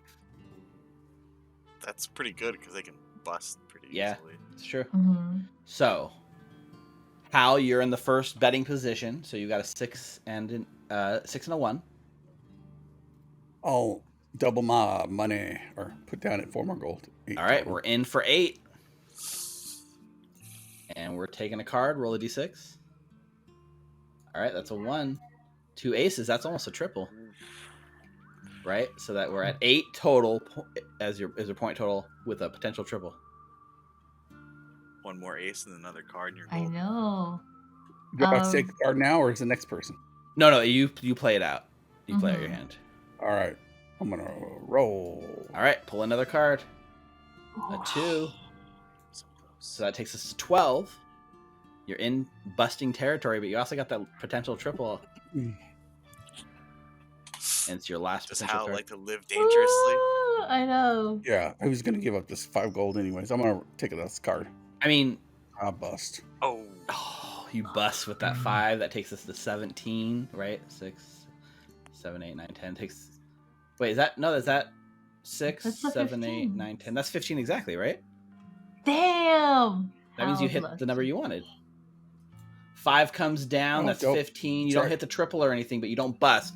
You've hit like the perfect number. Like the worst you could do here, unless the dealer hits a triple, is tie, right? All right. The crowd kind of cheers and claps for you. It comes to Anita. Raising mine to 2 gold. So 4 gold in total. Mm-hmm. Perfect. And you take a card. Roll a 6-sided dice, please. 14 already. Staying. All right, you're staying, but you guys got Yeah. pretty solid hands Yeah. against this dealer, right? Mhm. So 6, 5. The dealer makes a roll. If the dealer rolls a 4, that's kind of what best. 4. Dealer Ooh. picks a 1. So now That's the a dealer 12. a 12. Dealer has to take one more card. 16. 16's a bust. Dealer bust. You guys win your money back. Double it. So whatever you guys bet. I think Hal was an 8 gold and Anita was in 4 I gold. get 4. You get 4 and Hal gets 8. Man, you guys are gonna be rich. Who needs adventuring, right? Let's just play cards. Then I look at Hal and say, sorry, Halbert. I do have to go back and finish all those bold. Yeah, me too. rankings." All right. Yeah, Thank we you. can, we have the potential to play it out. We can assume there's more hands that's played, but essentially that's how the card game works. And if you guys ever want to bet like real money and press your luck, we can make it happen. There are places in Alkenstar to make it happen. It's a really good segue to support Recall Knowledge on Patreon, but I don't have the rest of the pieces in my head. You said real money, I'm like, yes, you too. Yeah, if I had been better prepared, I could segue into the Patreon. I need the Patreon logo for the table. We need a poker table with all our patrons' names, Nina. Got it. Yeah, so back in the sort of bullet works, you're sort of starting to piece together what you can do with these clockwork brewers. So this is a go ahead and make a crafting check for me. The sort of like repair, right? You're just at this point just trying to repair it to get it back up to function. For this creature, it's a level 3 creature, hard to see. So the DC is 20. You got a 17 on the crafting check. Yeah, I've got 1 billion hero points. You want to burn a hero point? Let's burn that hero point. Might as well. The DC is going to be 20, so the 17 would be a fail, so it's worth burning a hero point. Yeah, I gotta give it a shot. 20, that's the DC you need. 20. Nice. So you're able to Let's get the go. machine back into a sort of functioning capacity, right? You repair it. It's no longer like broken. It's repaired. It sort of turns back on. You can see it's taken a bunch of damage that you guys have done to it, and it still is like definitely like got that glitchy sort of voice that like, and it like kind of looks up at you. I think all the tubes are still removed, and it's like awaiting instructions. I feel like I should probably recall knowledge about these things before I Sure. tell the thing to do. Let me set this to secret. Yeah, that would be a recall knowledge crafting check for sure. Okay. Question marks. Nice. So it's mostly this is mostly around specific generic sort of clockwork information. Clockworks are considered mindless creatures, right? They have internal gears, and you literally have to wind them to turn them on. So part of this repair was sort of fixing the sort of wind up capacity of this thing, and you had to take a sort of turning key, stick it in, and twist it, right? It had this key sticking out of its back, and by twisting it up, you've basically powered and given it a little bit of life to function. Clockworks, kind of at their core, when they turn on, they await instructions, and you can give it a simple instruction, and it will carry out that instruction to the best of its ability. Okay. So as it's saying, I think you think back especially to like Monsi, who turned it on and said, kill anyone you see, and then they immediately turned and tried to kill her. You have to be careful in your wording because they will follow that instruction to a T, and they are simple, mindless creatures. I think when it comes on, just enter rest mode and see what happens. Yeah, and so it says standing by, and you watch as like it stays wound up, but its kind of eyes glaze over, and it goes into a sort of standby mode. It is possible to put these, like, power them up and put them in standby. Nice. Alrighty. One down.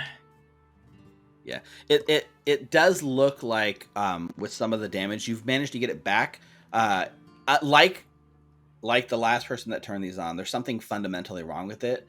You have it powered up, but in order to make sure it's going to fully behave and listen to your instructions, you're going to want to spend a little more time, a little more of your downtime, working out the kinks. You know what I mean? Mm-hmm. Oh, and also as you're looking at this gem that's embedded in here, you realize this is the gem that is sort of the voice of the creature with the pre-programmed voice lines. So you could easily remove the gem, reset it, and sort of, if you could figure it out, record your own voice lines and give this any person's voice you want. Have you ever heard the saying, an eye for an eye? So I think the plan is try to get the second one up and running, and then until it's time to approach Phoebe and things have like chilled out, just start repairing them. Try to mechanically try to get all that damage that we did from beating the brakes off of them. Right, yeah. Because you can repair, like, the repair activity is like a 10-minute activity that can repair some hit points over time. So if we extrapolate this crafting check out over time, they have a solid amount of hit points. So it takes, a few hours to repair them, but you can do it for sure. Works for me. Yep. So back in the bar, like Anita, who's won the hand and won some money and is feeling good. The sort of tiefling woman that you kind of had made eyes at the bar sort of like saunters over towards you, drink in hand, and kind of looks at your stack of chips. Would you like to play a game? I would have thought you would have done a little more with your newfound freedom. I actually am. Well, do you have any suggestions? I mean, if it were me, I would probably skedaddle down the old dusty trail. I don't know. There's still a lot of people that I'd rather bring with me if I do skedaddle out into the dusty road. Can't bring them, though. I haven't said thank you yet for helping Halbert tonight. There's no thanks necessary. It wasn't personal. It was just a job. But now, though, I think we can make it a little personal. It's personal for me. Well, how about a drink to start? Obviously, you got the cash. I could definitely buy you a drink, but I also have another suggestion. After this, I'm going to the workshop. So I have to finish a couple of things. I can make you something.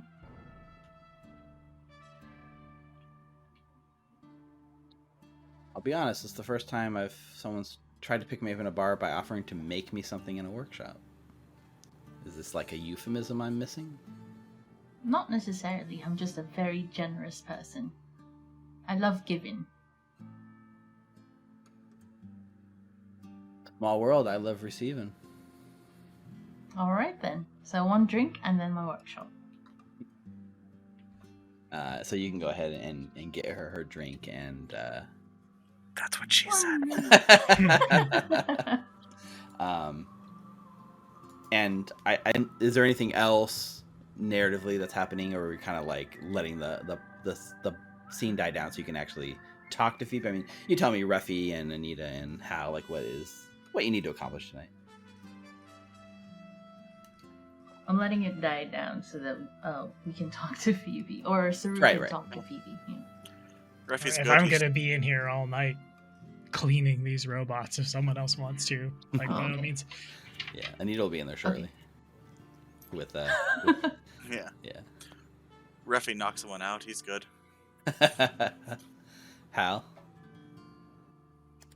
Hal's probably just gonna go to bed, make sure his dog is all right, and It's early or for at Hal. least go to his room, make sure his dog is okay. He's got to get up early, so it means you got to go to bed early. That's You got to true. go pick up that guy. Yeah. Theoretically, too, we've only... Because this is still downtime, even though we did the sort of Yeast of All Brewery in the middle of the day. Theoretically, you could still have the night, if you wanted to spend downtime, to do a little more scouting and prep work. You found that's quite a good a... idea. I would You like to found do that. quite a bit, but I will say you guys have earned 12 points. The maximum you can earn in preparation is 12 points. So you haven't quite maxed out your Wait, prep points. You said 12 and You 12. said though. 12 and 12 twice. Oh, sorry. You've earned 10 points out of 12 maximum, gotcha. Okay. I believe is where our total All is right. Okay. I'll go leave once everybody's busy doing their things. I'll Yeah. head out into the night, make like a shadow, and go look around. Yep. So how is Hal doing it this night?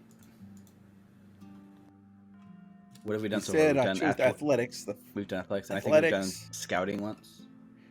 We've done survival. Survival, We've done. I think that's it. I did another one, but I failed. I forget which that was. Yeah.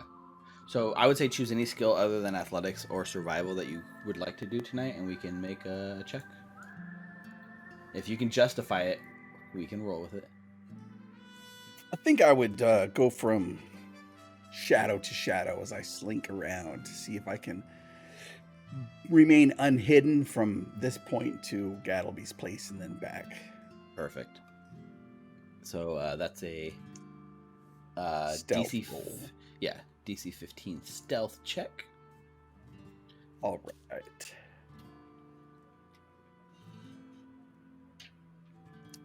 That is a 15.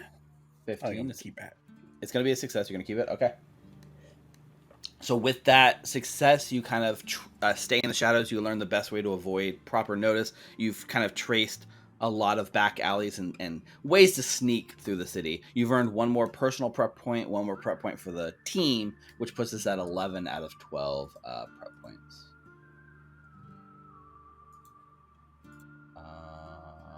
Let's see. Yeah, so that's your third personal prep point and the 11th for the whole team.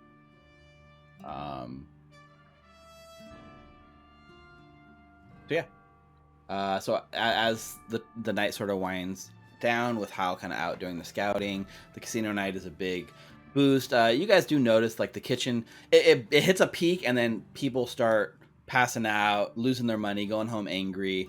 But as it sort of winds down, you can see Phoebe's looking very exhausted. Facilitators come out of the kitchen, dripping sweat, like 8 towels on their on the shoulders to catch all the sweat. Just kind of drops into a seat, collapses almost with like a bowl of like cold soup and starts eating. You definitely got your cup of coffee and the whole pot of coffee for yourself, Ruffy Keel going. But it feels like the sort of bar has calmed down, and if there was a time to approach Phoebe, it's probably not a terrible time now. Okay. So as they're coming out, and as the poor chef has finally found a moment to sit and I've worked service industry, I feel that. Hey, Phoebe. Phoebe kind of looks up from you, looks up from the bar, looks at you. You can see like her, even though she's just standing here kind of staring off, when you talk to her, she sort of snaps, her attention comes to you. You can tell she's sort of eavesdropping on some of the conversations going on in the tavern, and it's almost like you interrupted her listening to someone else's conversation, but you snapped her out of it. She kind of turns and looks in your direction. One eyebrow. Moves over towards her, sit down next to her. Powderkeg punks. What do you know about them? Hello to you, Saruk, as well. She goes under the bar, pulls out a cup, pulls out 2 cups, right? Uncorks a bottle and kind of pours a drink for herself, and pours a second cup kind of near you, puts the lid back on, picks up, takes a deep breath. It's always business with you, isn't it? Not necessarily. Too bad. I was But going what to do say you know I could about actually them, though? respect that. And she like downs the drink. Nods. Also downs the drink. Presumes he has to make a fort save. You've definitely, Catches yeah, fire. let's make the save, right? It's definitely you haven't failed one yet. Oh, it's the first fail. Oh, we better hear a point. Jinx. Hero point. Do we though? Fuck it. Oh, I'll let it ride. All right, at stage 1, so this is a failure but not a critical failure, so you just go to stage 1, which means you have +1 against fear effects. You just feel emboldened, right? There's no mechanical disadvantage to this. Nice. And she, as she like smiles, she says, "Look, I had to dig deep on this one. Like this Powderkeg punks, they're like literally a nobody in this town. What is it that we're dealing with again? You think this is something to do with Gattleby?" Yeah. We're concerned that when we bring him back, people with things that go boom might throw things that go boom next to substances that go boom considerably louder. You know what I mean? Definitely. Well, We know where they're holed up. I think I would go do it myself, but I'm rather famous, I suppose. I was wondering if I couldn't bother you to, first thing in the morning, maybe go tip off the shield marshals to where a bunch of people are holding a bunch of very, very illegal things that go boom. 2 rocks with 1 stone. You know what I mean? right. Interesting. Well, I'll tell you, I didn't find much. Most people that I know don't even know who these people are. Like, they're definitely not players in the underworld. However, there is a address that came up, or a location. I could call in some favors, shall we say, and maybe round up some of these Powderkeg punks. Yeah, sounds good. I appreciate it. Y'all hungry? I have entirely too much bread. If I can borrow the kitchen, I'll certainly cut you in. She's intrigued at the idea of like bread and being and this, so she is absolutely willing to let you use the kitchen for a share of the bread. The last thing she does though is she like sort of slips, like takes a piece of paper that she has in her pocket and she slides it over towards you, just in And what is case this? you're interested in taking a closer look yourself. And it's an address for a dance club called the Hotfoot Hippodrome. hippodrome. I'll type it out so you don't have to. That's a Hot dance foot of contents. hippodrome? Hot Hippodromes Hot foot were where they raced hippo. horses in the Roman Empire. Yeah. And you know, it has like written underneath it. It says like Punks HQ with a question mark, and she says, "This is their one known asset. Apparently, they run this club. I don't know if they run their operation out of there or not, but just in case it's useful, I thought I would share. Fair. Are you ready for tomorrow? Yeah. Lot riding on. The city's counting on you. I think we should be fine. I trust the people I'm working with. Mr. swallows heavily. It should be fine. I believe in us. You can see her kind of like looking across the bar and sizing up. Like Refcue's over there with Urshap, and then Anita's over there flirting with Wysalm. Oh, by the way, her name is Wysalm. I don't know if I ever told you that was her name, but her name is Wysalm, the orcish tiefling bounty hunter chick. You know, I don't see the. She's like looking at. She's like, I don't see the one that likes to slink in the shadows a lot. I don't know what his deal is. But Reconnaissance. I have a feeling you guys are gonna do just fine. She offers you one more drink if you'd like it. Yeah, you know what? Why not? All right, she uncorks it, pours it for you, pours it for her. Yeah, no effects. You know, Saruk, That's not bad stuff. I know we didn't get off on the right foot necessarily, and I'm sorry the way things went down. But when we get through the other end of this, just know you're a good egg.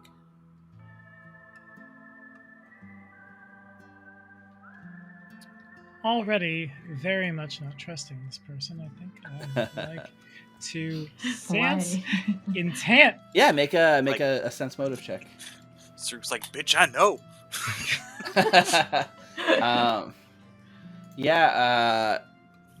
Hard to read. You don't get any she's a trained liar, and she's a trained double agent, and a trained sort of poker face, and with that sort of motive sense roll, it doesn't tip you off one way or another. You're not sure what her motives are or what she means by that. And she kind of finishes her last drink, and then she's been called off to like refill some drinks on the other end of the bar, so she kind of gives you like a tip of her hat and skedaddles down to the other end of the bar to start tending to her customers. That's good. And then I'm gonna make a shit fuck ton of food, and then I'm gonna go to bed. Time to bake. Saruk gets the like baker's like oven, like what do you call it, the apron on, right? You got flour on your hand and on your cheeks. Yeah, that's an interesting sight to behold. You've got a literal fuck ton of yeast, and there is in the kitchen. So I'll just see, where does your token end up going? Oh, you're still outside. I'll just drag your token to the kitchen so I can show you. They have like this whole like baking table here with like the rolling pin and stuff. Behind you, there is a full-on brick oven with the fire going nice and roasty. So you are still on the rollsmith table.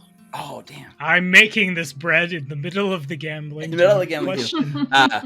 You're able, like, there is this nice kitchen. It's got this really thick, like, very, like, pretty fancy for this place, a brick oven that would be good for pizzas and or just cooking bread. So Nice. This is a pretty good spot to make your bread, and they have a lot of baking supplies because they do make bread here like daily. So all the supplies you would need are definitely here. It's just a matter of executing. I'm There really is no concerned what is in cooking this cookbook skill. that looks eldritch. Do we like? Crafting? I mean, crafting, right? It's just it's crafting is the default, unless you want to take like baking lore. I would if it was tomorrow. What is but I'm the on bot ambient Nibble right now. temperature and humidity? Oh, we're talking to an That is actual the baker million-dollar here. question. Sorry. There Yeah, is no I'm like- humidity gauge. But I we're in worked the middle of a donut shop for a desert. little while, and I was like, You can imagine it's not ideal baking temperatures. I mean, it's Oh, a look at night- that. isn't it though? It doesn't matter. Saruk compensates perfect, and I think you turn out. I don't know how much you're planning on baking tonight, but I think All of it. all of it. There's sort of the flash forward, the montage of Saruk baking, and when we're done, there's like a literal, like, the baking table is just this giant pyramid pile of like bread loaves, right? Like probably 50 loaves of bread you were able to bake. Nice. That's a lot of bread. It's a lot of bread. Saruk doesn't I mean, have. it's 2 large creatures worth of bread. I mean, you're lucky Saruk is like 7 foot, like, of all muscle, and was just able to like knead that and mix Yeah, it right. and shape it. Yeah. You get someone to cast prestidigitation, and we can't. It's fucking Alkenstar, but you know what I mean. And take the mace. Right. Presto. The gun, the like firing mechanism goes off accidentally and shoots across the room. You're gonna have flour on you for the rest of the campaign, by the way. Because no one can presto me clean. Okie dokie. So I guess So it's. you were able to make enough bread to feed an army. I'll leave. What is their cut? 10 of the 50. The other 40. Let me ask Richard, because you are the professional baker. How Yeah, maybe. like how long would it take to bake a loaf of bread like that once it starts baking? I mean, they probably have given the setting. I mean, what is the level of technology in the Barrel and Saloon's kitchen, right? This is Alkenstar, right? Yeah. So they have. It's a fire. It's just a brick and fire oven where you literally just have wood that you toss in to like stoke the flames. Like it's open Okay. flame brick oven. So yeah, you usually don't bake with actually open flame. You bake with what's called a falling oven. With that case, which it's the radiant heat residual leftover, like radiant Sure. heat leftover. Depending on how big the oven is, you could bake, let's say, anywhere from 30 to 40 minutes if you're making like a rustic loaf Mhm. of good size, right? Perfect. That's So- that's like from start to end kneading and cooking, or just the cook time? Oh no, that's just the baking time. Just the cook If time. given this is actual brewing yeast and not a sourdough, Uh-huh. you're looking at probably from when you started mixing it to bake, it'll probably take you anywhere from 2 to 4 hours from when you first started mixing to when you put it in the oven, because you Nice. need 2 rises, right? Look, I can get into You can this go all in day. it. Let's just So- say for Saruk to make this good of a crafting check to cook that many loaves of bread in like a 3-4 hour period, that's like a modern miracle of cooking, right? yeah, I mean, It's a big you could oven, do so you it. can do a lot of It's- loaves at a time. You could bake that, just but gotta- it's the actual physical work of mixing that amount of dough and then kneading it at the same Mhm. time, Yeah. rather than in batches. So Right. yes, but Saruk is beefy. So So is there a shot where the Clockwork Brewer is like arms attached and you're like knead and it's like karate chopping the dough? Oh yeah, that's God, so fucking true. maybe. Yeah, why not? My Yeah. plan before was like, this is gonna take till 4 in the fucking morning, was to like make sure all the liquid's out of them and then put the loaves in there, and just follow, and then like go feed Alkenstar's homeless. yeah, But that'll No, be tomorrow. given that it's a desert, if it's still hot out, it actually helps with the time, would cut it down. If it's colder, it takes longer to rise. Got it. Makes sense. Well, all that's to say, Saruk, you are an awesome baker, canonically, and you've made a lot of bread. Now, in game, Ruffy doesn't know shit about me. Oh yeah. I'm asking Richard, not Reppy.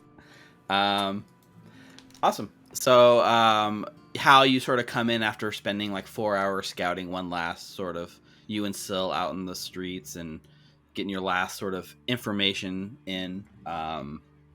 And by the time you're back at the Barrel and Bullet Saloon, it is sort of most people have kind of gone home, and you see Saruk's back in the kitchen, like the smell of like cooked bread sort of wafting in through the room. So And it would be completely filling the space with that much bread. that's true. And I poked my and- head in, like, whoa. What time we getting up tomorrow? I know you need to get your rest, but it looks like you got a little bit of ways to go. So, I mean, the later the better for me, but we can't do it at sundown. So, Yeah, the crack of noon, I think. Good news. And then there is a loaf okay. of bread that is thrown your direction. Anita jumps in the middle, takes the bread, scurries away. Interception. Knowing where, New love interest, I've brought you some bread. yeah, knowing like Muted. where, yeah, you're muted. Anita. New love interest, I've lost my voice. I went to college. Whatever you're saying, Nina, we couldn't hear you. Yeah, You're you're muted. still muted. I'm so sorry. Oh no! No, I was saying like, yeah, I caught it really quick, and then I run back to the workshop. Sorry, thank you. Yep. Yeah. All right. Well, I think there's that sort of montage from night to day as we kind of enter our last day, the day of reckoning, the day of the actual escort. Right. This is where you guys will ultimately do this mission or fail trying. Anita, you managed overnight to finish your crafting of the electric. What was it? The bottled lightning. So 4 days of work has netted you 4 awesome sort of alchemical lightning bottles that you can use now. Yes. You guys can And I'll rest up, give restore all one your hit points. One of each to everyone. Cool.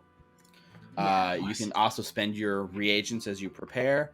Any other last minute preparations you guys need to do before you get rolling at the crack of noon that I need to know about, feel free to ask.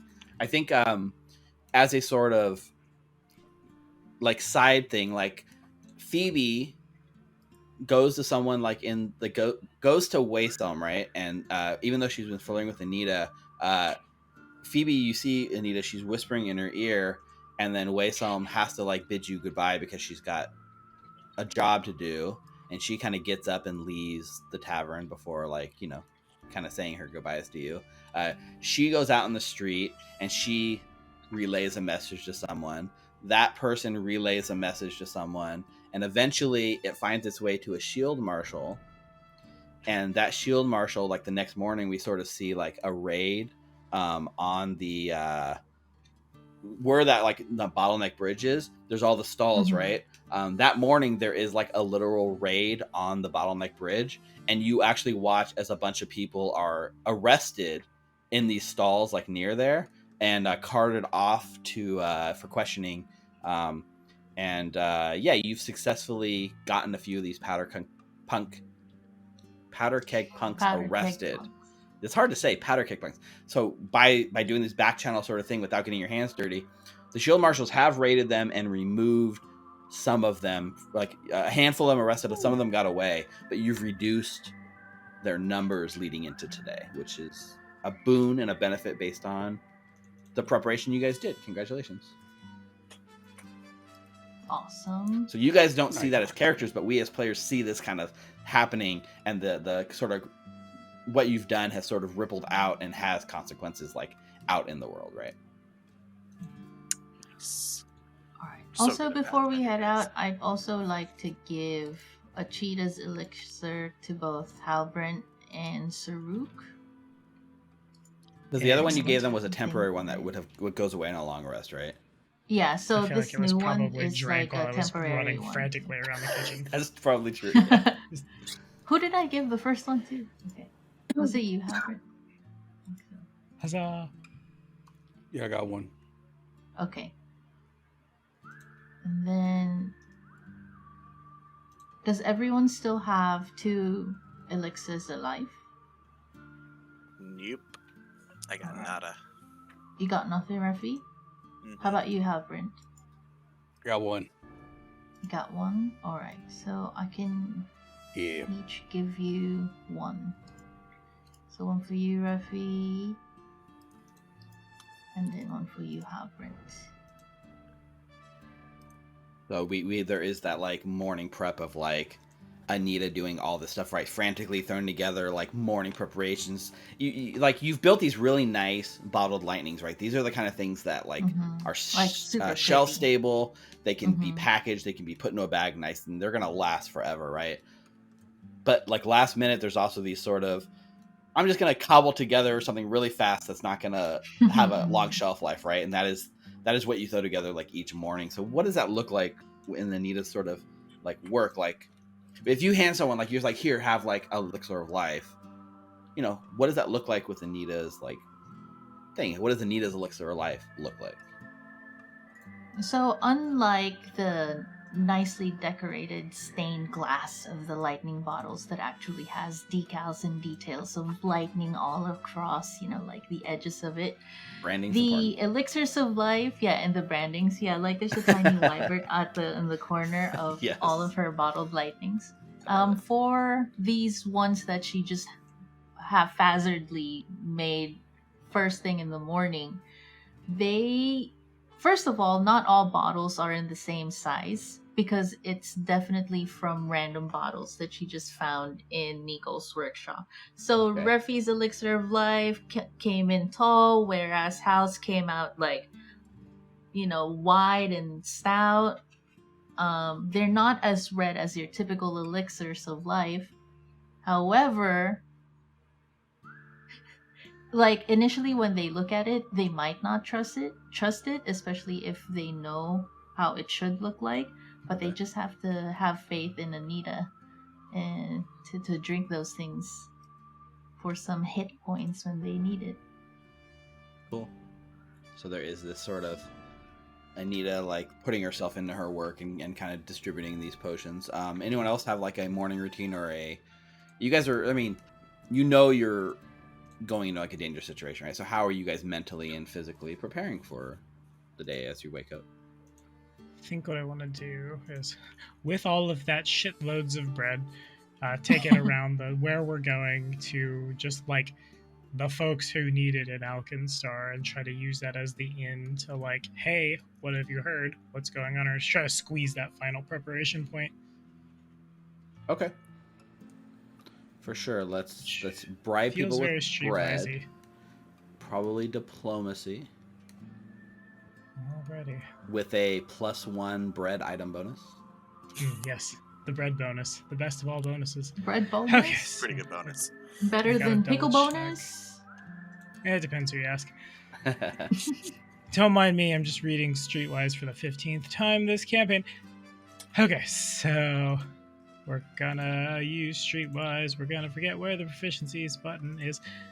And we're gonna roll society about it. And Okay. We're gonna have get this bread bonus. bread, which is a +1 item bonus. Wow, I need a status bonus really badly because this is pursuant to a lead that I'm on. Yeah, you could So set your lead in the morning, right? Item. Yeah. This is definitely like part of your lead. So you got a status bonus, you got an item bonus, you got I think we're missing a circumstance bonus, right? Maybe yes. I don't. Circumstance from pursue a lead. Oh, that's pursue a lead. So the status is what you're missing, right? Item +1, add to the thing. So 1d20 plus 10. That's a lot for this where we are currently. You know what? What if hero point? Yes. Use that hero point. I mean, Gotcha. it is a success. Okay, success. Now Still a it's better. success. So you do earn one more prep point, Saruk. So I'll add that prep point for Saruk. That brings you to 4. In total, that brings you guys collectively to 12. So you guys have prepared as you could be for this mission. Now, there will be things that you have to deal with and potential threats and things that you could not foresee, but you guys are absolutely convinced that you are as prepared for this as possible. And that means if we come across basically what you've earned is a bonus whenever we have any sort of checks to overcome any obstacles or anything that might come up in the day. You guys have I'm just looking, it's a +2 circumstance bonus, a preparation bonus that you guys all have towards overcoming any sort of obstacles in your way during the things that happen today. So just know you don't know what the challenges are going to be, but if they come up and you have to make a roll, you're getting a +2 bonus. And that is pretty cool. You've mapped all the back alleys. You've mapped all the side streets. The locals have told you all the secret shortcuts, which places to avoid, which places to go if you need to lose someone. And you've sort of you're ready. You're as ready as you're going to be for today's mission. So I will. While we're out, I'm gonna stop by ye old backpackery, and I'm gonna buy a backpack. Oh, nice.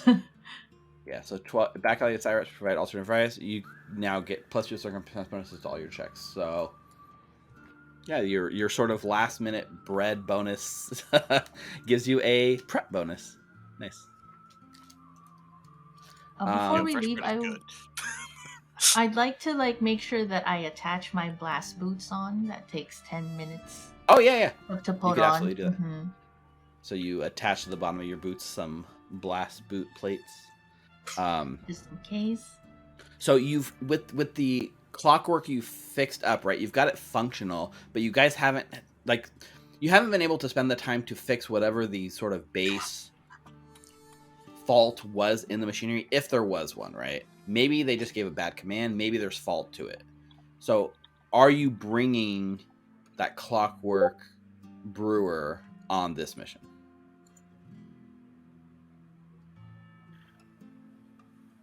That there's a part of me that wants to be like, yes, under the notion that in the several hours of messing up that we could have scratched all the logos off and stuff, so we're not just walking around in someone else's stuff. Sure. It's out of character. I vote yes.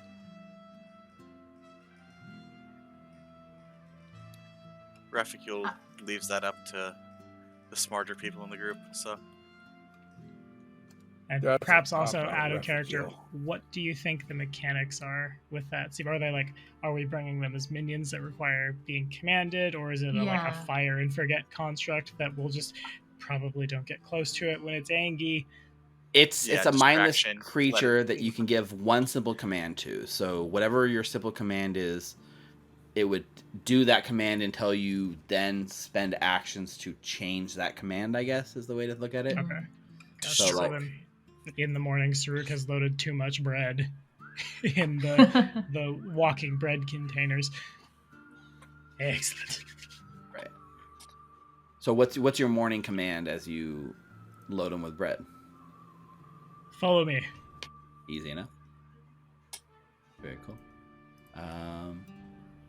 Yeah, so short of any other sort of...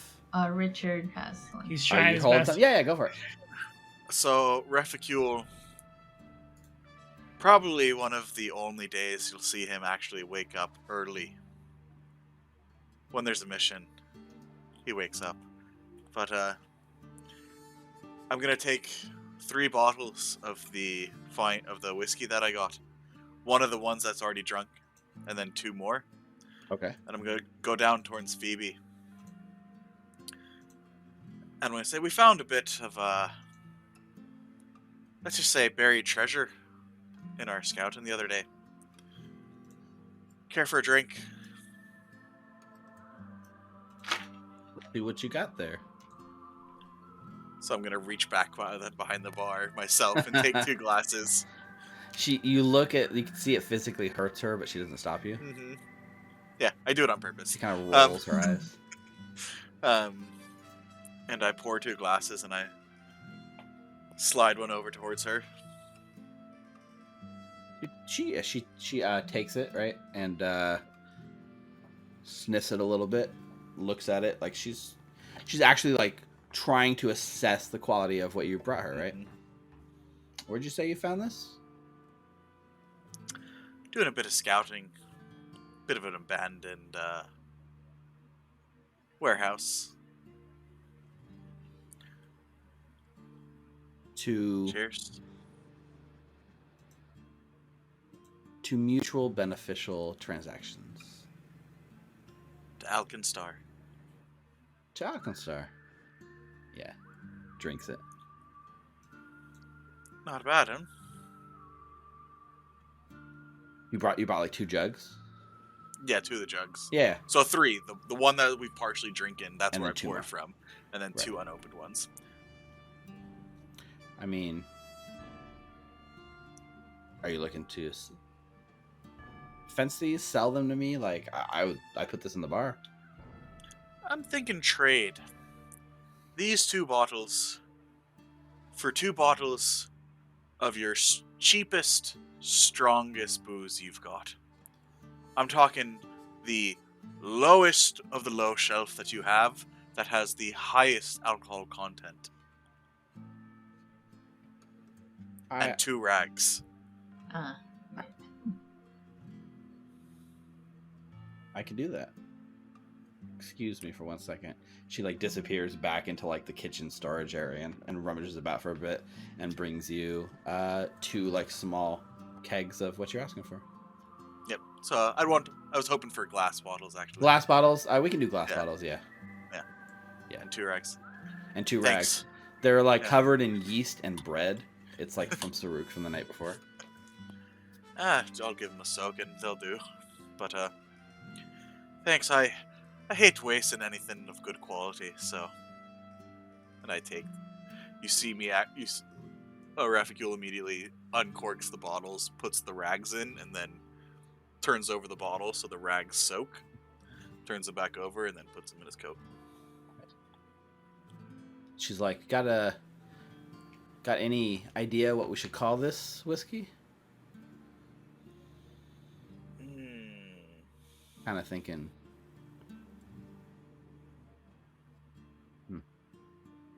Perhaps brimstone? Something along those lines? It's a bit dark, but maybe. Grim dark, maybe. Well, I appreciate it. And she kind of adds them to like beneath the bar and locks them up. As do I. And you're taking your Molotov cocktails with you? Mm-hmm. Okay. Now, I'm not gonna waste good stuff on it. Things. Yeah, is there already like a Molotov cocktail in Pathfinder that you know of? I'm assuming there's gotta be. I know there's like pint of oil, which is like a flammable liquid that we could just. It's probably the same mechanically as like a pint of oil that you can like. There's you can basically light it and then throw it, or throw it and then light it. Right? There's mechanics already in the game for that, so we can lift those mechanics and make our own Molotov cocktail. Yep. But I'm not gonna waste, something that's drinkable. Right. Yeah, you don't want to use the good stuff. Perfect. Yeah, anything If else? it's okay. Yeah, what's up? Yeah, before we actually head out, I would like to get Saruk like alone for a second. I'll pull his towering frame to a corner or something. Okay. Right? Just look up at him real quick. Oh, sometimes I'm so surprised how tall you are. Anyway, thank you for taking a knee. And I pull something out of my pocket. You see that there's like this wallet-sized metal sheet, and then she hands it to you. And then when she hands it to you and you take a look at it, it's this very minimal kind of like sketch of how you describe yourself and your sisters. And then she'll say, I know it's not the best. However, we've done a lot of missions for the past couple days, and every time I hear you talk about your family, you always talk about them in such high reverence. And apart from the symbol that you have, which I know doesn't necessarily reflect your family itself, I'm hoping that this vague little drawing does something for you to keep around while you're not at home.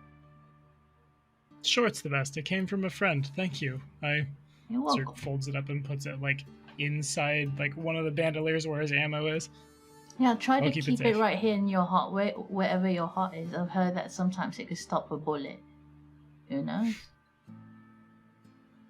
My family watching over me even from afar. Yeah. Some people They have would scold me crucifixes. if I knew I was still down 6 HP and hadn't treated wounds myself. Just heal yourselves up. You guys are fine. You have time to heal it before we go. Nice. You So- see Refi pop up after that conversation. We can test that theory right now. Who's whispering, Ravi? He's got good ears, that one. Come on, let's get moving. All right. Yeah, and so there's that sort of crossfade as we end up seeing you guys make your way across Alkenstar without drawing too much attention, other than, well, I guess you do draw some attention because you do have this giant clockwork brewer that's following Saruk. Anywhere Saruk goes, it's just like a little mother, like a duckling following the mother around, and you're just constantly handing loaves of bread to people, right? And that's how you're kind of generating a lot of this information that you earned already. But you know, the children that see you come by, it's like the ice cream man comes by, but it's like the bread man. So like they all run out to like see what you have and like get the loaves of bread, and yeah, you spread quite a bit of good cheer, like kind of with your just selflessness across the city, and they give you the little tips that push you over the edge in your preparation. And without too much worry, you find yourselves in front of Gattleby's house, which you guys have been here scouting it out plenty of times. This is the first time Anita's been here, but the rest of you guys have done plenty of scouting and have seen it. And so, yeah, there's this sort of overgrown yard. There's this heavy fence that's about 7-8 feet tall with like barbed wire across the top. And then there is a gate that's got like a chain wrapped around it. There's no lock on the chain, but it's just the chain's been wrapped a few times to kind of hold the sort of gate in place. And then beyond that gate is a pathway that winds its way up to the front of Gattleby's house, along with that poisonous sedum overgrown plant that his yard is completely populated with. And as we kind of fade or see this scene, I think that's where we sort of fade out into our end of our episode tonight, because it is that time, and we have a decent stopping point to hold off. And the unfortunate part is we're not playing next week, so we won't get to see what happens with Gattleby, but in 2 weeks we're going to be at Gattleby's doorstep, and we'll be ready to go, right? Oh, we will. We're making some progress. We're ready. Yeah, so What was it? 4 episodes, 4 days of downtime? Yeah, exactly. You knew what it was. yeah, 4 episodes, 4 And 1 level up to 3. Yeah, no, we're close. So when you finish the escort mission, when you get Gattleby safely to the Barrel and Bullet, that will be our milestone to level up. So Sounds good. Nice. So we're close, right? We're close to getting there. I don't think so. Littles is asking, is the stream muted? I think it's going. Can you guys say something? Oh no. No, I think Sounds we're The good. stream is dead. So, Let me. oh, test it was the tab was muted. No, we're good. Ah, That's all right. that happens. Damn it, Don't Little's worry. 14. Welcome. Little's was a good- 14. Yeah, good, Little's 14. Yeah, this is a good time to interact with the chat, because it is the end of tonight's episode. So, guys, that's gonna do it for this week in Alkenstar. Big thanks to Ninna, Richard, Ricardo, and Tommy for playing. We're reaching the end of chapter 3 of the book, I guess is what you would call it. Chapter 2. Jumping ahead of myself. There's 3 chapters in book 1, and we're approaching the middle end. It's hard to gauge because we did things out of order a little bit. We did the Yeast of All Brewery kind of before, so we've already done you guys did that, right? So when you guys go later with Gattleby, you've already taken care of the dangers, so kudos to that. But yeah, we're getting close to the end of the chapter. Been fun playing with you guys. Big shout out right now, the people that make this all possible, our patrons. Huge shout out to you guys who are supporting us. We got some new names this week. Let's throw the names up on chat. First of all, big shout out to David Sims, who's been there since the beginning, and is our longtime supporter. And the rest of these names, David. you guys, yeah, thanks David. And the rest of you guys have been around for varying times, but we have Jason Irvin, Mikkel Waltz, Derek Brewer, Sandra Wagner, and Mark Paquette. You guys are awesome. The 2 new names this week, Jason Irvin and Mark Paquette. Thank you guys for subscribing to our Patreon this week. That is awesome. We fully support you guys. We fully thank you guys for your support. It's late. Give me a break. Thank you. But you guys are awesome and make this all possible. Goes a long way towards us being able to do this each week. Big thanks to Molten Hosting for providing our server hosting, making it Molten easy. Hosting. Use that referral code Recall Knowledge for your first month for free. One word. One word. One word. When we do the next Molten Hosting ad, we'll definitely have the Moltenverse, The Multiverse. continuing. So don't worry about the Multiverse. It's coming back. Bastion's coming, right, Richard? Bastion. Yeah. So if you missed the announcement at the beginning of the episode, we have a new actual play coming out. Bastion. Go check out the trailer for it on YouTube. It was a homebrew, going to be GM'd by moi. So yeah, go like, comment, subscribe on that YouTube. So Yeah, that's definitely awesome. Tommy, you got anything to plug this week on Black Dragon Gaming? This week, I don't know when I'm gonna do it, but probably because all of my games go like a 3-on-1 off, so like folks have time to rest and stuff, and so I have time to make content on the internet. A bunch of people, because a lot of the dice have been very angry with the people who I GM for lately. It's been real bad, and I've been as a GM, I'm a very big fan of the concept of failing forward when we're telling stories, as opposed to just you died. Dice said, sorry, person who invested in that thing. Sucks to suck. So at some point, because a lot of people are like, well, what does that mean? What is this? Hang on. So we're gonna do a very deep dive into other games and other movies. Here's a thing that you can do so that when these things happen, it's not just TPK, and you can then tell the story you're trying to tell forward. Very cool. Awesome. And then in 2 weeks, I'm gonna throw too Definitely many that fucking concept. beats. I'm so excited about that because I know it's really.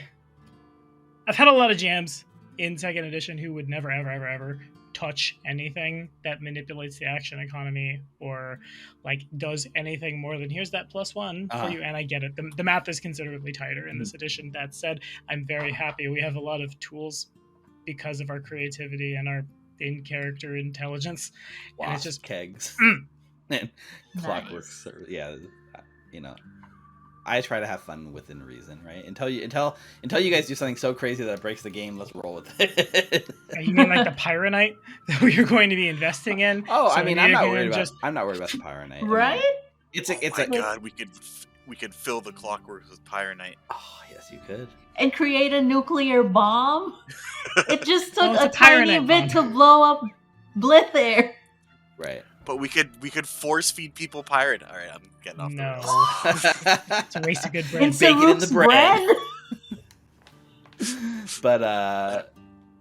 But yeah, I'm glad that we're able to have some fun with this and think outside the box a little bit, and that's always fun. So I'm cool with That's that. the point of TTRPGs, right? Yeah. Within, as long as it makes sense, I'm cool with it. Putting a bunch of wasps to sleep with a cold, or that's awesome. I also can't wait for the rest of the party to blow the character without the fucking wazoo like you do in any given Final Fantasy game when you unlock the gold saucer. I'm gonna gamble the rest of my guild till I can afford the in-game items. Yep. That's how we'll afford all the Pyronite. It's just gambling. Phoebe will bankroll it on the That's triple true. table. Pyronite Fund. Yep. I know what we're doing after this mission. Just all triples all the time. Mhm. Griffin in chat, and I seen you joining us live chat. I know I see you chatting all the time on our videos, but it says Bastion looks fun already. Can't wait to be able to join the Patreon family as Hey, of next Griffin. week. That'll be awesome. Get Nice. Griffin on our Patreon Griffin family. from YouTube. Yeah, exactly. And Lynx is with us. And we didn't have audio issues tonight, Lynx, so you didn't have to jump in and save us. But thanks for joining with us. And That's who else true. we got chatting here? Little's 14, and I'm sure there's more that I missed. I just scroll back further up. CJ was here most of the night. I don't know if you're still out there, CJ, but CJ, you're awesome too. No way, really. No way, or 3, Allie. Yours makes more sense. We will be back. We will be off next week, as we announced at the top of the show. On Wednesday, July 27th, we're off. Taking a week off, but we'll be back we're off Wednesday, July 20th. We'll be back on Wednesday, July 27th at 7 o'clock Pacific time for the next episode of Punks on a Powderkeg. And we get to meet Vashon Gattleby. I don't know why I said that. So French. Finally. Vashon Amazing Gattleby. elf, got it. He will be joining the cast, Vision get to the NPC, joining you guys finally. And that's it. Until next time, make sure you guys stay safe, stay healthy, and we'll see you next Steve. time. Oh, yeah. What do we got? I got you covered. Perfect.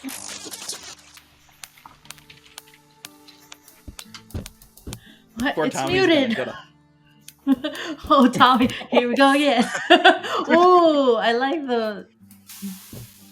Pump it the up hair. where it gets too Yeah. quiet. We need It's like we need more Rogue music. from X-Men. We need more cowbell. Yeah, that rogue dance Need and more X-Men cowbell. Evolution. I don't know if it's still playing. It's still playing. I know. All right, guys. Thank you, Yes. thank you, everyone. We had a lot of fun. We'll see you next time. Goodbye. Finger guns. Finger guns. Finger guns.